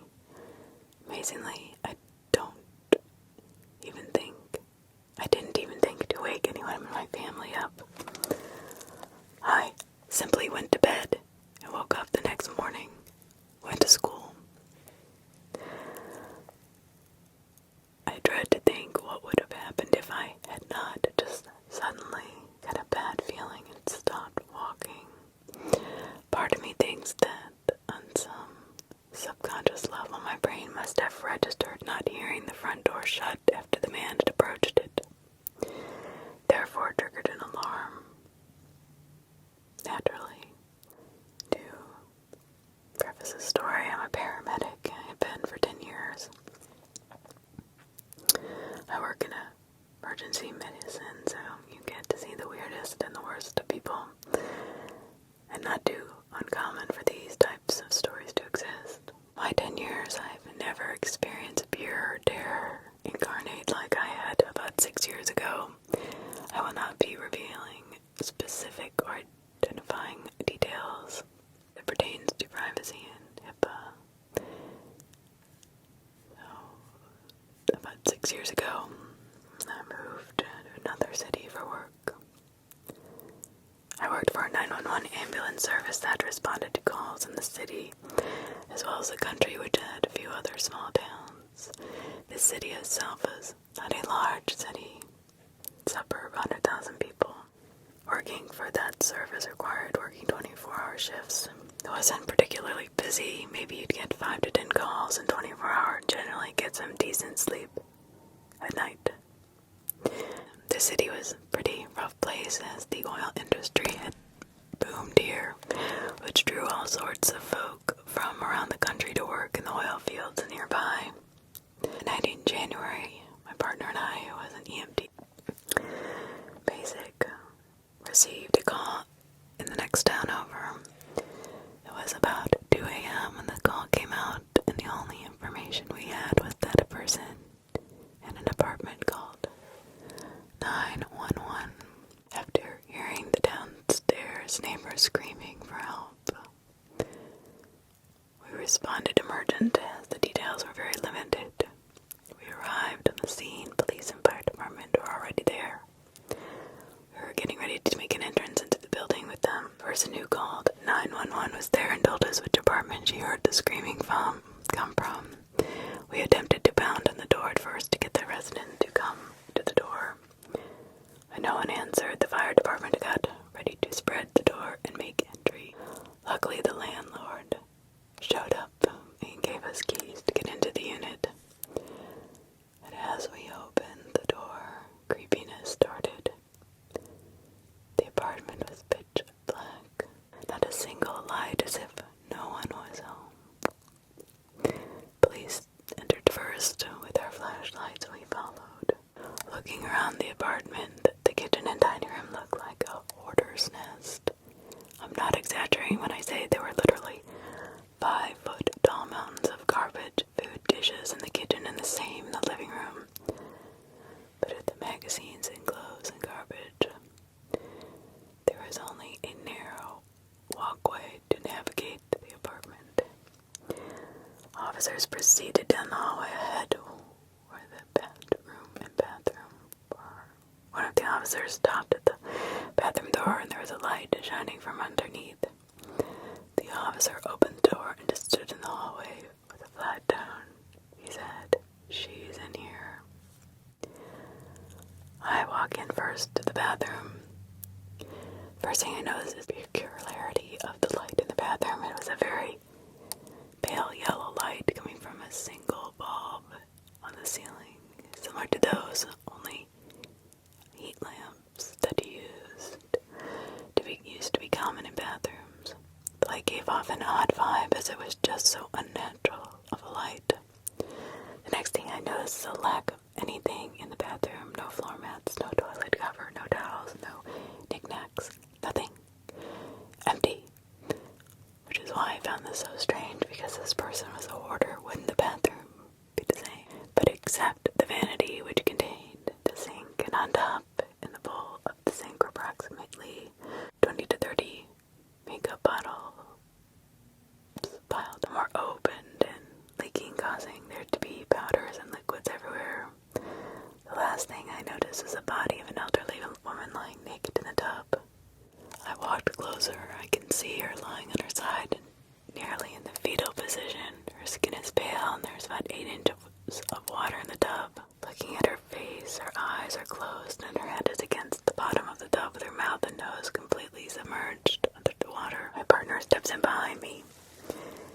He suggests we call coroner and inform them of the body. 2 officers pile into the bathroom behind my partner so that there is now 4 of us in this tiny little bathroom with me next to the lady in the tub. With me being who I am, I decided to do my due diligence and at least make sure the lady is dead. I kneel down next to the tub and reach my arm in and put my fingers into the water and onto her neck. I attempted to check for guttural pulse. In an instant, without warning or the slightest hint of movement, the woman springs up out of the tub with the agility and speed of a feral cat. The only reaction I was able to manage was just stand up as quick as possible and just stood there staring at her. She stared back at me, eyes wide as can be, before she started screaming. She attempted to cover herself with her hands as best she could while sitting in the water still. I quickly look around and notice everyone else who was in the bathroom with me bolted out of there, not a soul in sight. I tried to steel myself and try calming the lady down, telling her who I was and why I was there. She denied screaming and told me she does this every morning as she has some kind of joint condition. Soaking in warm water helps ease her joint pain. Okay, well now at this point I have my doubts and I have to question this woman's sanity, question her regarding her self-harm and address what potentially could be interpreted as suicidal behavior. Denies it, all of it. The next step is to determine her mental capacity to ensure she is in the right frame of mind to make reasonable and appropriate decisions for herself. She answers all of my questions appropriately, and at this point, per the law, she is able to refuse any and all care as she is mentally sound. I asked her if she will at least allow me to check her vitals so I can be sure she is healthy and I can add it to my report. She vehemently refuses and tells me to get the hell out of her house, which she has the right to. I acknowledge and have her sign a refusal of service form. As I leave the bathroom, my partner, the two officers that were in the bathroom with me, along with the two other officers and firefighters that were waiting in the apartment, are just staring at me with eyes wide and gaping mouths, speechless. I don't say a word, and we all leave the apartment. Once we all got outside, I had the most uneasy feeling. Uncontrolled fit of laughter. My partner and the other officers start laughing too. I thought I might have shit myself.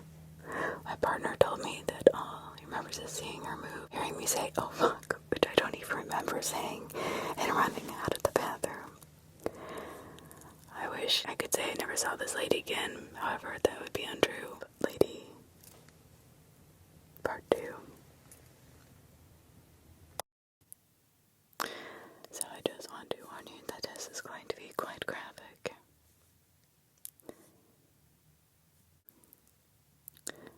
As I ended my last post, like I said, after this call, I was able to laugh about it once heart stopped racing. I figured I would never have to see this lady again, and that gave me some comfort. I told the story several times to family, friends, and coworkers, just because of the sheer shock value. Well, this part of the story I've only told a couple people, because most probably cannot stomach it. Be warned, this contains really graphic content for imagery. So about 3 months after the first call with the bathtub lady, I'm working with another EMT basic partner. Not the same one as before, but he is well aware of the story. My day is going by like normal, and nightfall comes. I'm hoping to get some rest, as generally night is a little calmer than the day. Each of our stations has a few bedrooms with twin beds to allow us to at least sleep somewhat comfortably. I take off my boots and lay down and doze off. I always keep my radio turned way up and by my head so I can wake up if we get a call. Sure enough, tone drops on the radio and I wake up. Looking at the clock, it's around 4 a.m. Radio traffic requests the ambulance for a welfare check. An individual who has not been seen for a while. My partner and I get up, put our boots on, and start responding to the address. As we get closer, I start recognizing the area. Before I even see the building, I tell my partner, I swear to God, if it's the same fucking lady. He just laughs, shakes his head, and we continue. As we pull up onto the scene, sure shit, same building. At this point, my heart starts to race. A few officers are already on the scene. I get out of the ambulance. One of the officers comes up and tells me, "The lady we are here for has a friend that works at the gas station nearby." The friend told 911 the lady usually comes and visits him every day, but that the friend has not seen her in a few weeks. The officer also tells me there's an odor coming from the apartment complex. If you work in the EMS or have been around such, you know exactly what that odor means. I ask the officer if she is familiar with this person who has heard the story of the last encounter. The officer tells me she has not, but her 2 co-workers behind her on the original call with me and are smiling, but not saying a word. I informed the officer about the last run-in with this woman. The officer raises her eyebrows and says, "Okay." We approach the apartment complex yet again. I open the main door. You can immediately smell the odor permeating throughout the entire complex. Walk downstairs to the door of this lady's apartment. I bang on the door a few times and shout, "Ambulance." No response. Officers bang on the door. No response. We tried to get a hold of the landlord again to give us access. He is unavailable. Over the radio, I request the fire department and request them to bring the door spreader. The fire department arrives, come downstairs, and set up the door spreader. You do not know what a door spreader is. It is a tool that the fire department places between the 2 door jambs. It is used as a lever to start pressing the door apart, freeing the latch so that we can enter. As they finally get the door open, the awful, wafting smell spills out of the apartment. Same thing as last time, pitch black.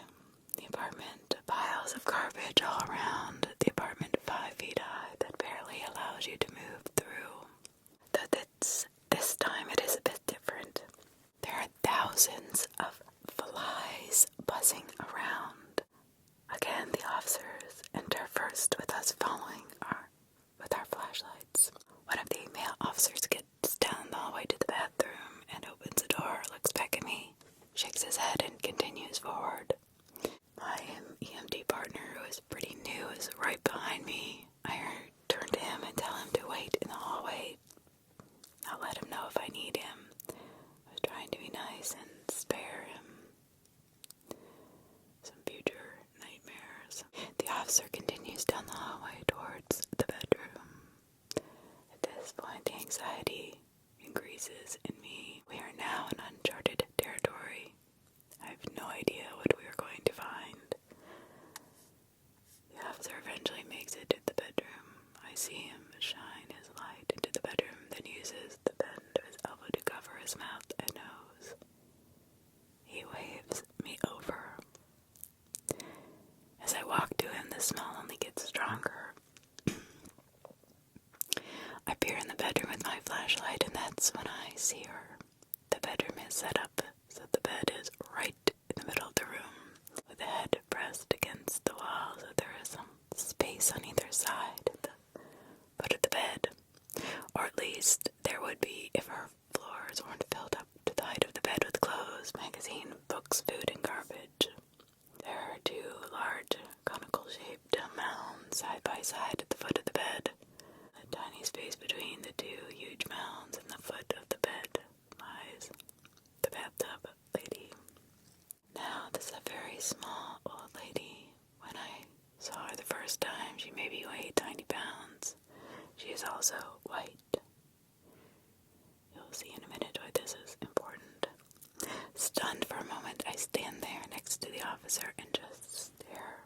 This is the part that gets gruesome, grotesque. Bathtub lady is lying perfectly on her back.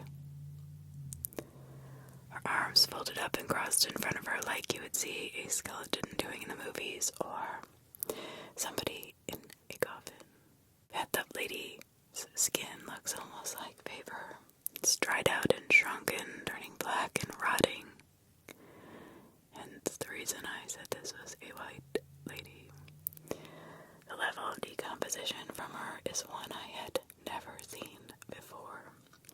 Her hip bones were visible where the skin had cracked and receded. Her kneecaps were coming through her skin. A few ribs were just barely visible, poking through the skin and the sides of her abdomen. Her hair was beginning to fall out. Her lips gone. Her eyes gone. All I kept thinking was, if you wake up, this officer probably is going to shoot you in the head. I walked a little closer to look. She was almost like perfectly preserved, like a mummy.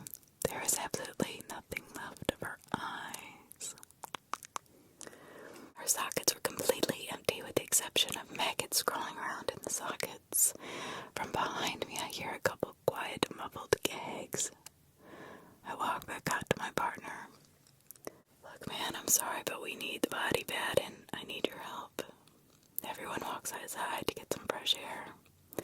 The officer that was in the bedroom with me gagged a few more times outside, but luckily didn't vomit. The one thing about this is we had recently been given these really nice PAPR respirators from FEMA for a recent Ebola outbreak. My partner grabbed the body bag and I grabbed the PAPRs. We put on our gear and walked back inside. The officer that was with me, like a fucking champ, came back inside as well without a respirator and held the flashlight for us. Partner and I had to spend 10 minutes just clearing out all the trash so we could have enough room to put the body bag down next to Bathtub Lady. Once we got enough room, the sketchy part came. If you've ever seen a body with that amount of decomposition, it is very, very brittle. We attempted to move her over as carefully as we could, as not to break anything. However, when we attempted to move her, she was stuck. I could not figure out what was going on. I was at the head, my partner was at the feet, trying to move her over. I put my arms down her back and neck to support the head so it didn't break off. I got down to look as I lifted to see what we were getting stuck on. As I lifted, I saw it, but it was already too late. I lifted, and the skin on her back was actually stuck to the carpet. As we lifted, it peeled off her ribs and spine. We had no other choice as we were unable to cut the carpet. Now, as we lifted her up, all of the skin came off her back and stuck to the floor, almost like some sick chalk outline, which is when I saw it.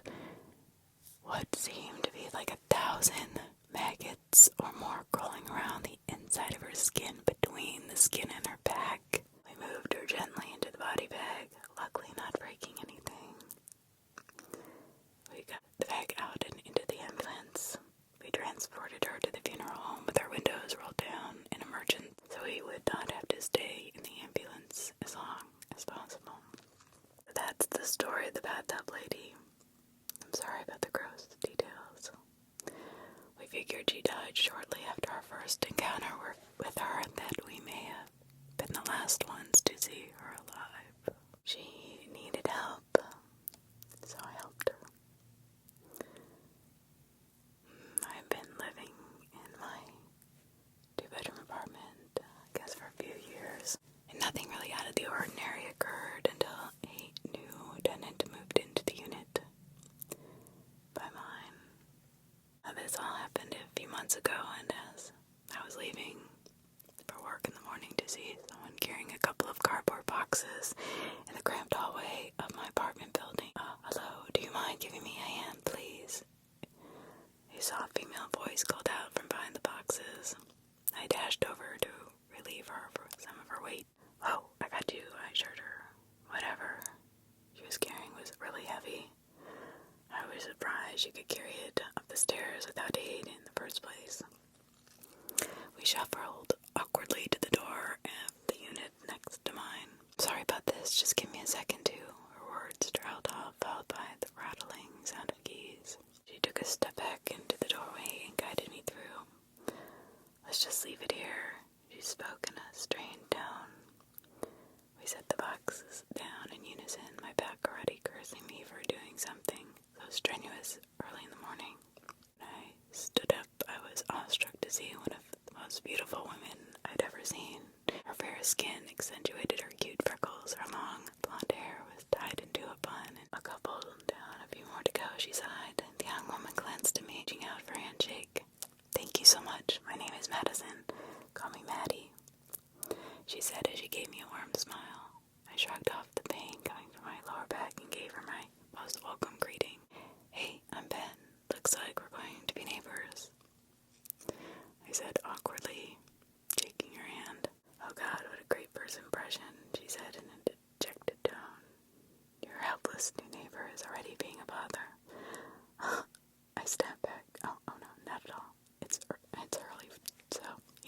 no problem at all. We both laughed for a moment until I realized I really needed to get to work. Hey, so I'm just over there, I said. I pointed to the direction of my unit. If you need anything, just, give me a knock. She grinned. Yeah, for sure. I felt a chill on my lower back as I walked towards the door. I quickly turned around to see Maddie lifting some things out of one of the boxes. I felt a little bit uneasy, but dismissed it as nerves from talking to her. See you soon, she said as I shut the door behind me. I couldn't think of anything else for the rest of the day. Before I knew it, the day had passed, and it was evening as I walked upstairs to my apartment. Paused for a moment as I walked past her apartment. I wanted to tap on her door and ask if she needed anything. Perhaps some help. I muttered to myself as I smacked my forehead with my mom. Don't be a creep. Thankfully, my logic won, and I was able to return home. The rest of my night, I sat on my couch staring blankly at something on TV, wishing she would knock on my door.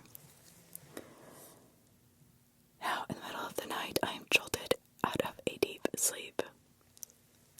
I slowly sat up, realized I dozed off on my couch. My living room was dark except for the dim light from the TV, which had the words, "Are you still watching?" displayed across the screen. A sharp pain in my neck made me wince as I groggy lifted myself off the couch, letting out a yawn, and then heard something that made me hold my breath in my throat. A muffled but clearly audible sobbing filled the space around me. I got my phone from the coffee table to check it, but it only showed the time at 2 a.m. I followed the sound which led me to the wall. The crying was coming from the other side, from Maddie's apartment. I pressed an ear onto the cold surface of the wall and strained to listen. The sobbing was high-pitched, not like mine, more like a child's. The sobs got louder, as if whoever was crying directly into my ear. It hurts. What? I pushed myself off the wall, stumbled backwards. My body suddenly felt cold as I stared at the wall. The crying was gone. Was I dreaming? Did I really hear something? I clutched my chest to get my heart to calm down. I quickly stepped to my bedroom and I stayed awake for a while longer. Finally fell asleep. The following morning, my alarm woke me up. Sunlight pierced through the window and made me wince awake. I felt exhausted, as if I had only closed my eyes for a split second. I hate those mornings. I got prepared for work, called the wild thinking about the crying coming from Maddie's apartment.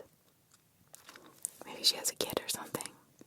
As I step out of my unit, I made my way down the stairs to find Maddie standing at the base. "Hey neighbor," she said cheerfully. "Headed to work?" I gave her a smile as I shyly answered, yep. As I met her at the bottom of the stairwell, I couldn't resist the urge to ask, "Hey, are you okay?" "What do you mean?" She looked really confused. Anxiety washed over me as I thought about how weird I was for even asking her. "I just thought I heard something coming from your apartment last night." "Oh, I guess I had the TV on too loud. Sorry about that," she said. Thinking rationally, of course, it was a show or something playing. No, sorry for being weird. That was really weird," I said. She gave me a reassuring smile as she punched my shoulder. "It's an apartment. There's all kinds of noises going on, I guess." She began to walk up the stairs, then paused and turned to me. "This is going to sound even weirder, but after I get settled, would you like to come over for dinner?" My response was barely coherent. Stuttered yes that made her laugh. I spent the rest of the day completely elated. The idea of dinner with Maddie was the only thing that preoccupied my mind. After work, I parked my car in its usual in my apartment complex. As I got out, I heard a familiar voice. "Shit," they exclaimed. Curious, I walked over to see none other than Maddie carrying some plastic grocery bags, with a couple of them in a pile next to her. I ran over to help her. She apologized profusely as we walked up to her fireplace. toys. She fumbled with the bags and her keys as she got her door open, which I thought was extremely cute. When the door opened, I was hit with a sudden rush of cold air. Jesus, I shouted as Jill ran through me. What is wrong? She asked. I was going to comment on the cold, but it was gone in an instant. It's nothing. Where do you want these? I asked. I followed her to the kitchen. I even helped her for groceries. Thanks for helping me out. Oh, it's nothing at all, I assured her. So since you're here, would you like some wine? My response was a little lightning fast. Yes. Maddie instructed me to relax on the couch while we finished putting up the rest of the groceries. With a glass of wine in hand, I stepped over to the other room. My heart was racing as I sat nervously in her living room. I moved from the couch and bent down near the pictures to inspect them. The frames were images of Maddie with a young girl. I shuffled through the rest of the frames to find more pictures of her and this young girl.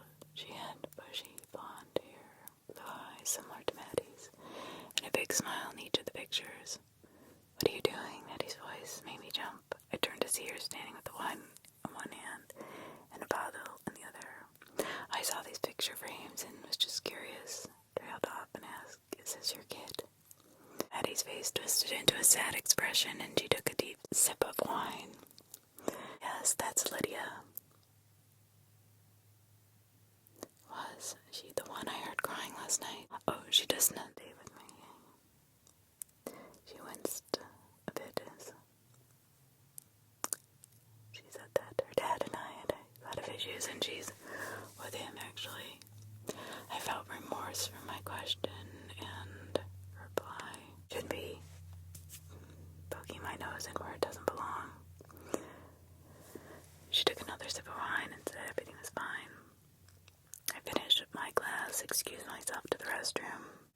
All of these apartments had similar floor plans, so I stepped into the hallway. I easily found the bathroom and splashed some cold water on my face. The air felt heavy after talking about her daughter, and I felt like an idiot for crying.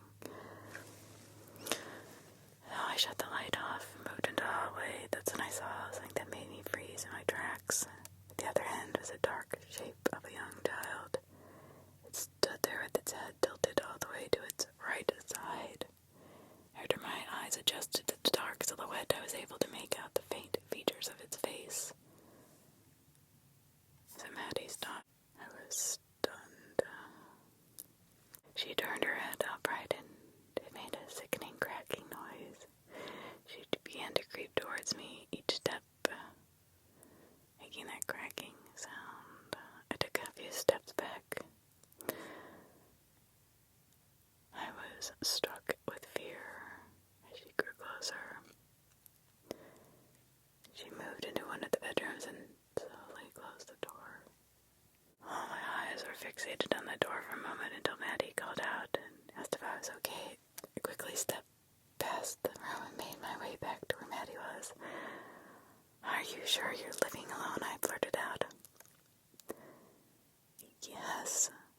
Her face twisted from concern to anger. She questioned me. Why are you asking me that? I felt cold sweat coming from my skin.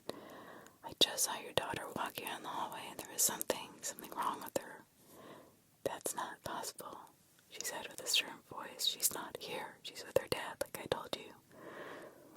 My neck suddenly ached and I started to feel that cold sensation on my lower back. Get the hell out of my apartment, she said. At that moment I could hear the child crying echoing in my skull, so loud. Get out of my apartment. God, go help your daughter. She won't stop crying. Then everything went silent. The once beautiful face I saw was filled with such an intense rage. What did you say? She whispered. She walked towards me. I made sure she wasn't going to cry anymore. Maddie took her wine glass with both hands and cracked it to leave its stem. She pointed the broken stem in my direction. Its jagged edges were aimed at my neck. Maddie lunged at me, but I was able to step away. Without thinking, I ran into the hallway towards one of the bedrooms and slammed the door behind me. I stood there in the pitch darkness of the room while Maddie was pounding her fists on the other side of the door.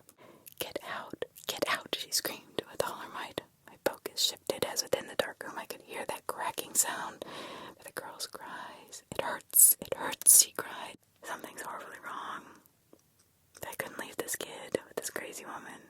It's okay, it's going to be okay. I'll call the police, okay? I reached into my pocket and pulled out my phone to turn it on. My phone screen was bright and its dim light filled the small corner of the room. Positioned in front of my phone was a girl. She stood there staring at me, her head tilted completely over her right shoulder. Her neck was completely broken. Bloody tears streamed down her face as she cried.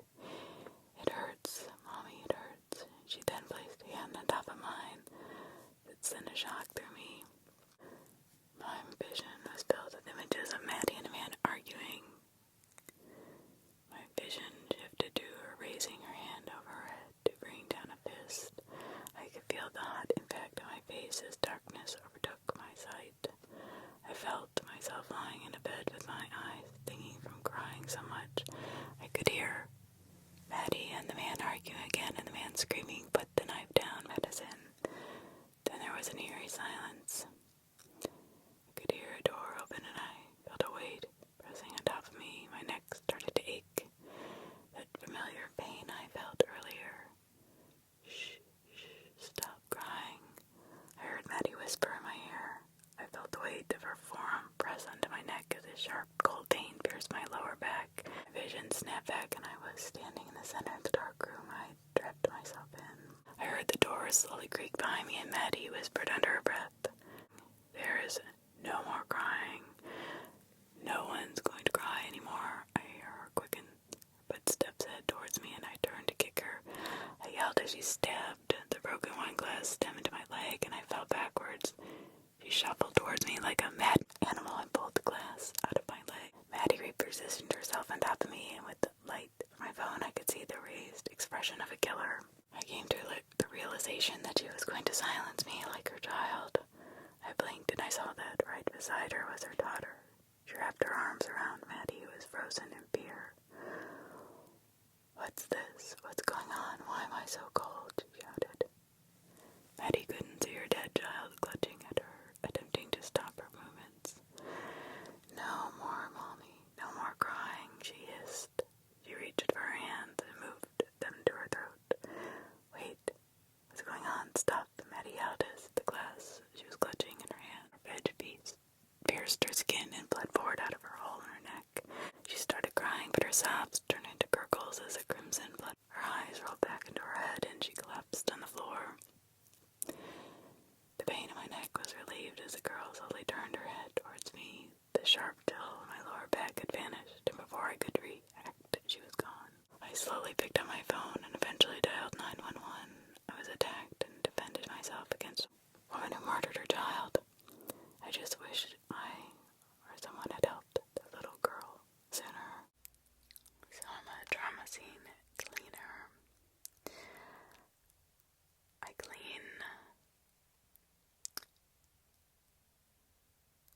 up after murder, suicide, unattended death, accidental death, fire death, or any manner of incident that caused damage to a structure. Left behind a scene that the victim's family should never have to see.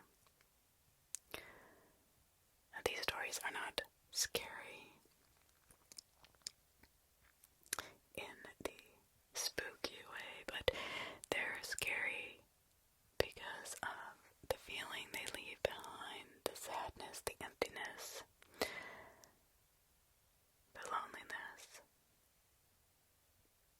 When we train crew members, you have to be very careful how you train them to work on scenes. It was often volunteer for working on these types of scenes. We don't force anybody to go to a house where the dad has killed all the kids before blowing his own brains out. We just don't start someone in training and then go, "Oh yeah, by the way, we're going to a multiple homicide. Do you mind?" If there's any way to describe some of the sights and smells of doing this type of work, I'm sure you would see how truly scary or messed up this all is. But somebody has to do it. Suicide is not glamorous, nor is it ever for those around you. If you need help, please get help. Don't let your loved ones find you this way. It is not the way they want to find you. It changes them, changes the feeling inside the house.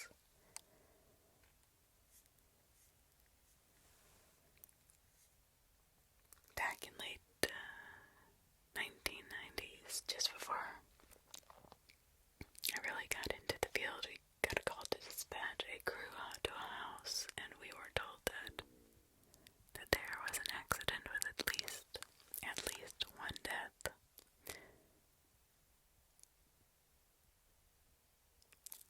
And sometimes it is given to us that way, but never like a real story. We'd never get the whole thing unless there's a talkative neighbor or it's on the news.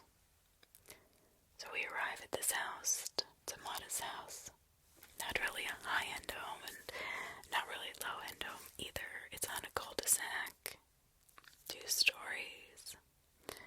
As with some crime scenes, there's a cluster of neighbors outside, peering in, wondering who we are and why we're there.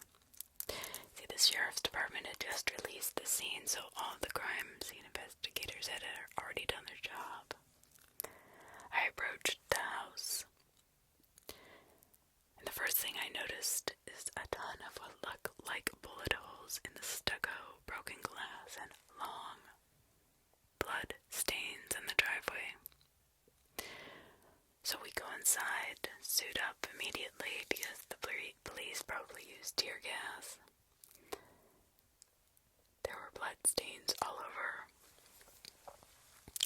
it. It looked as if someone had been dragged through the house with blood gushing.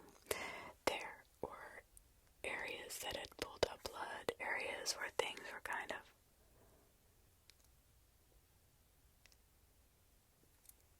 seeming to have been an area where something had exploded, which could mean flashbangs were used, or maybe the guy himself had shot everything up.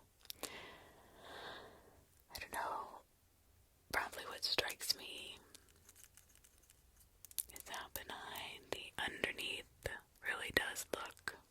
It's hard to describe. It's kind of like, think about a TV set on a sitcom, Friends or Full House or any of those.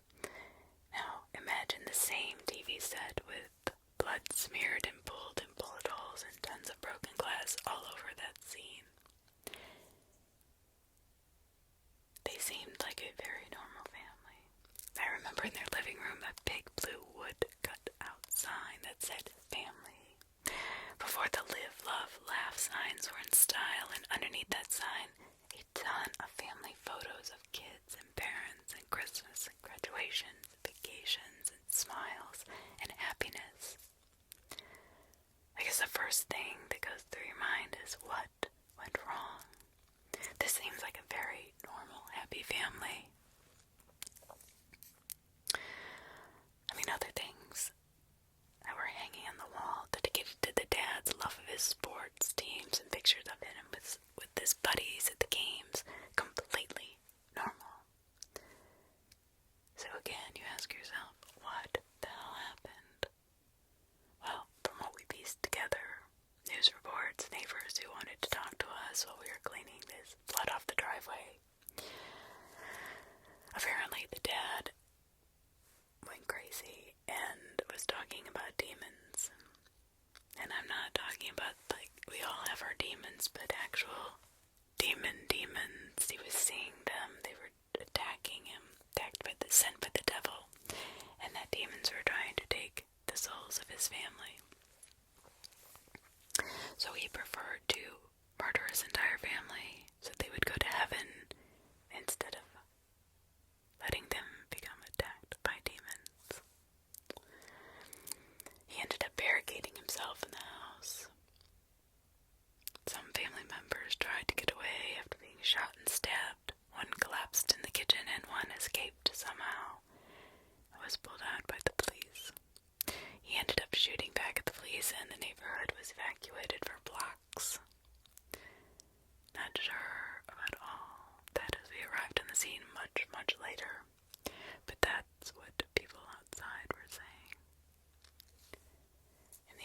escaped the house, ended up on the roof, still shooting back in the police. And they shot him.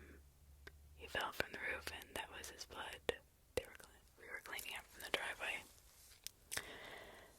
So he murdered his wife. One of his older children later died in the hospital, and one of the kids was killed inside the house. One escaped, and I think another family member that lived with them was unarmed, as they were not at the house when this all went down. It took us a lot longer to clean this scene, as there were so many holes, and we had to remove almost all of the carpet and soft surfaces due to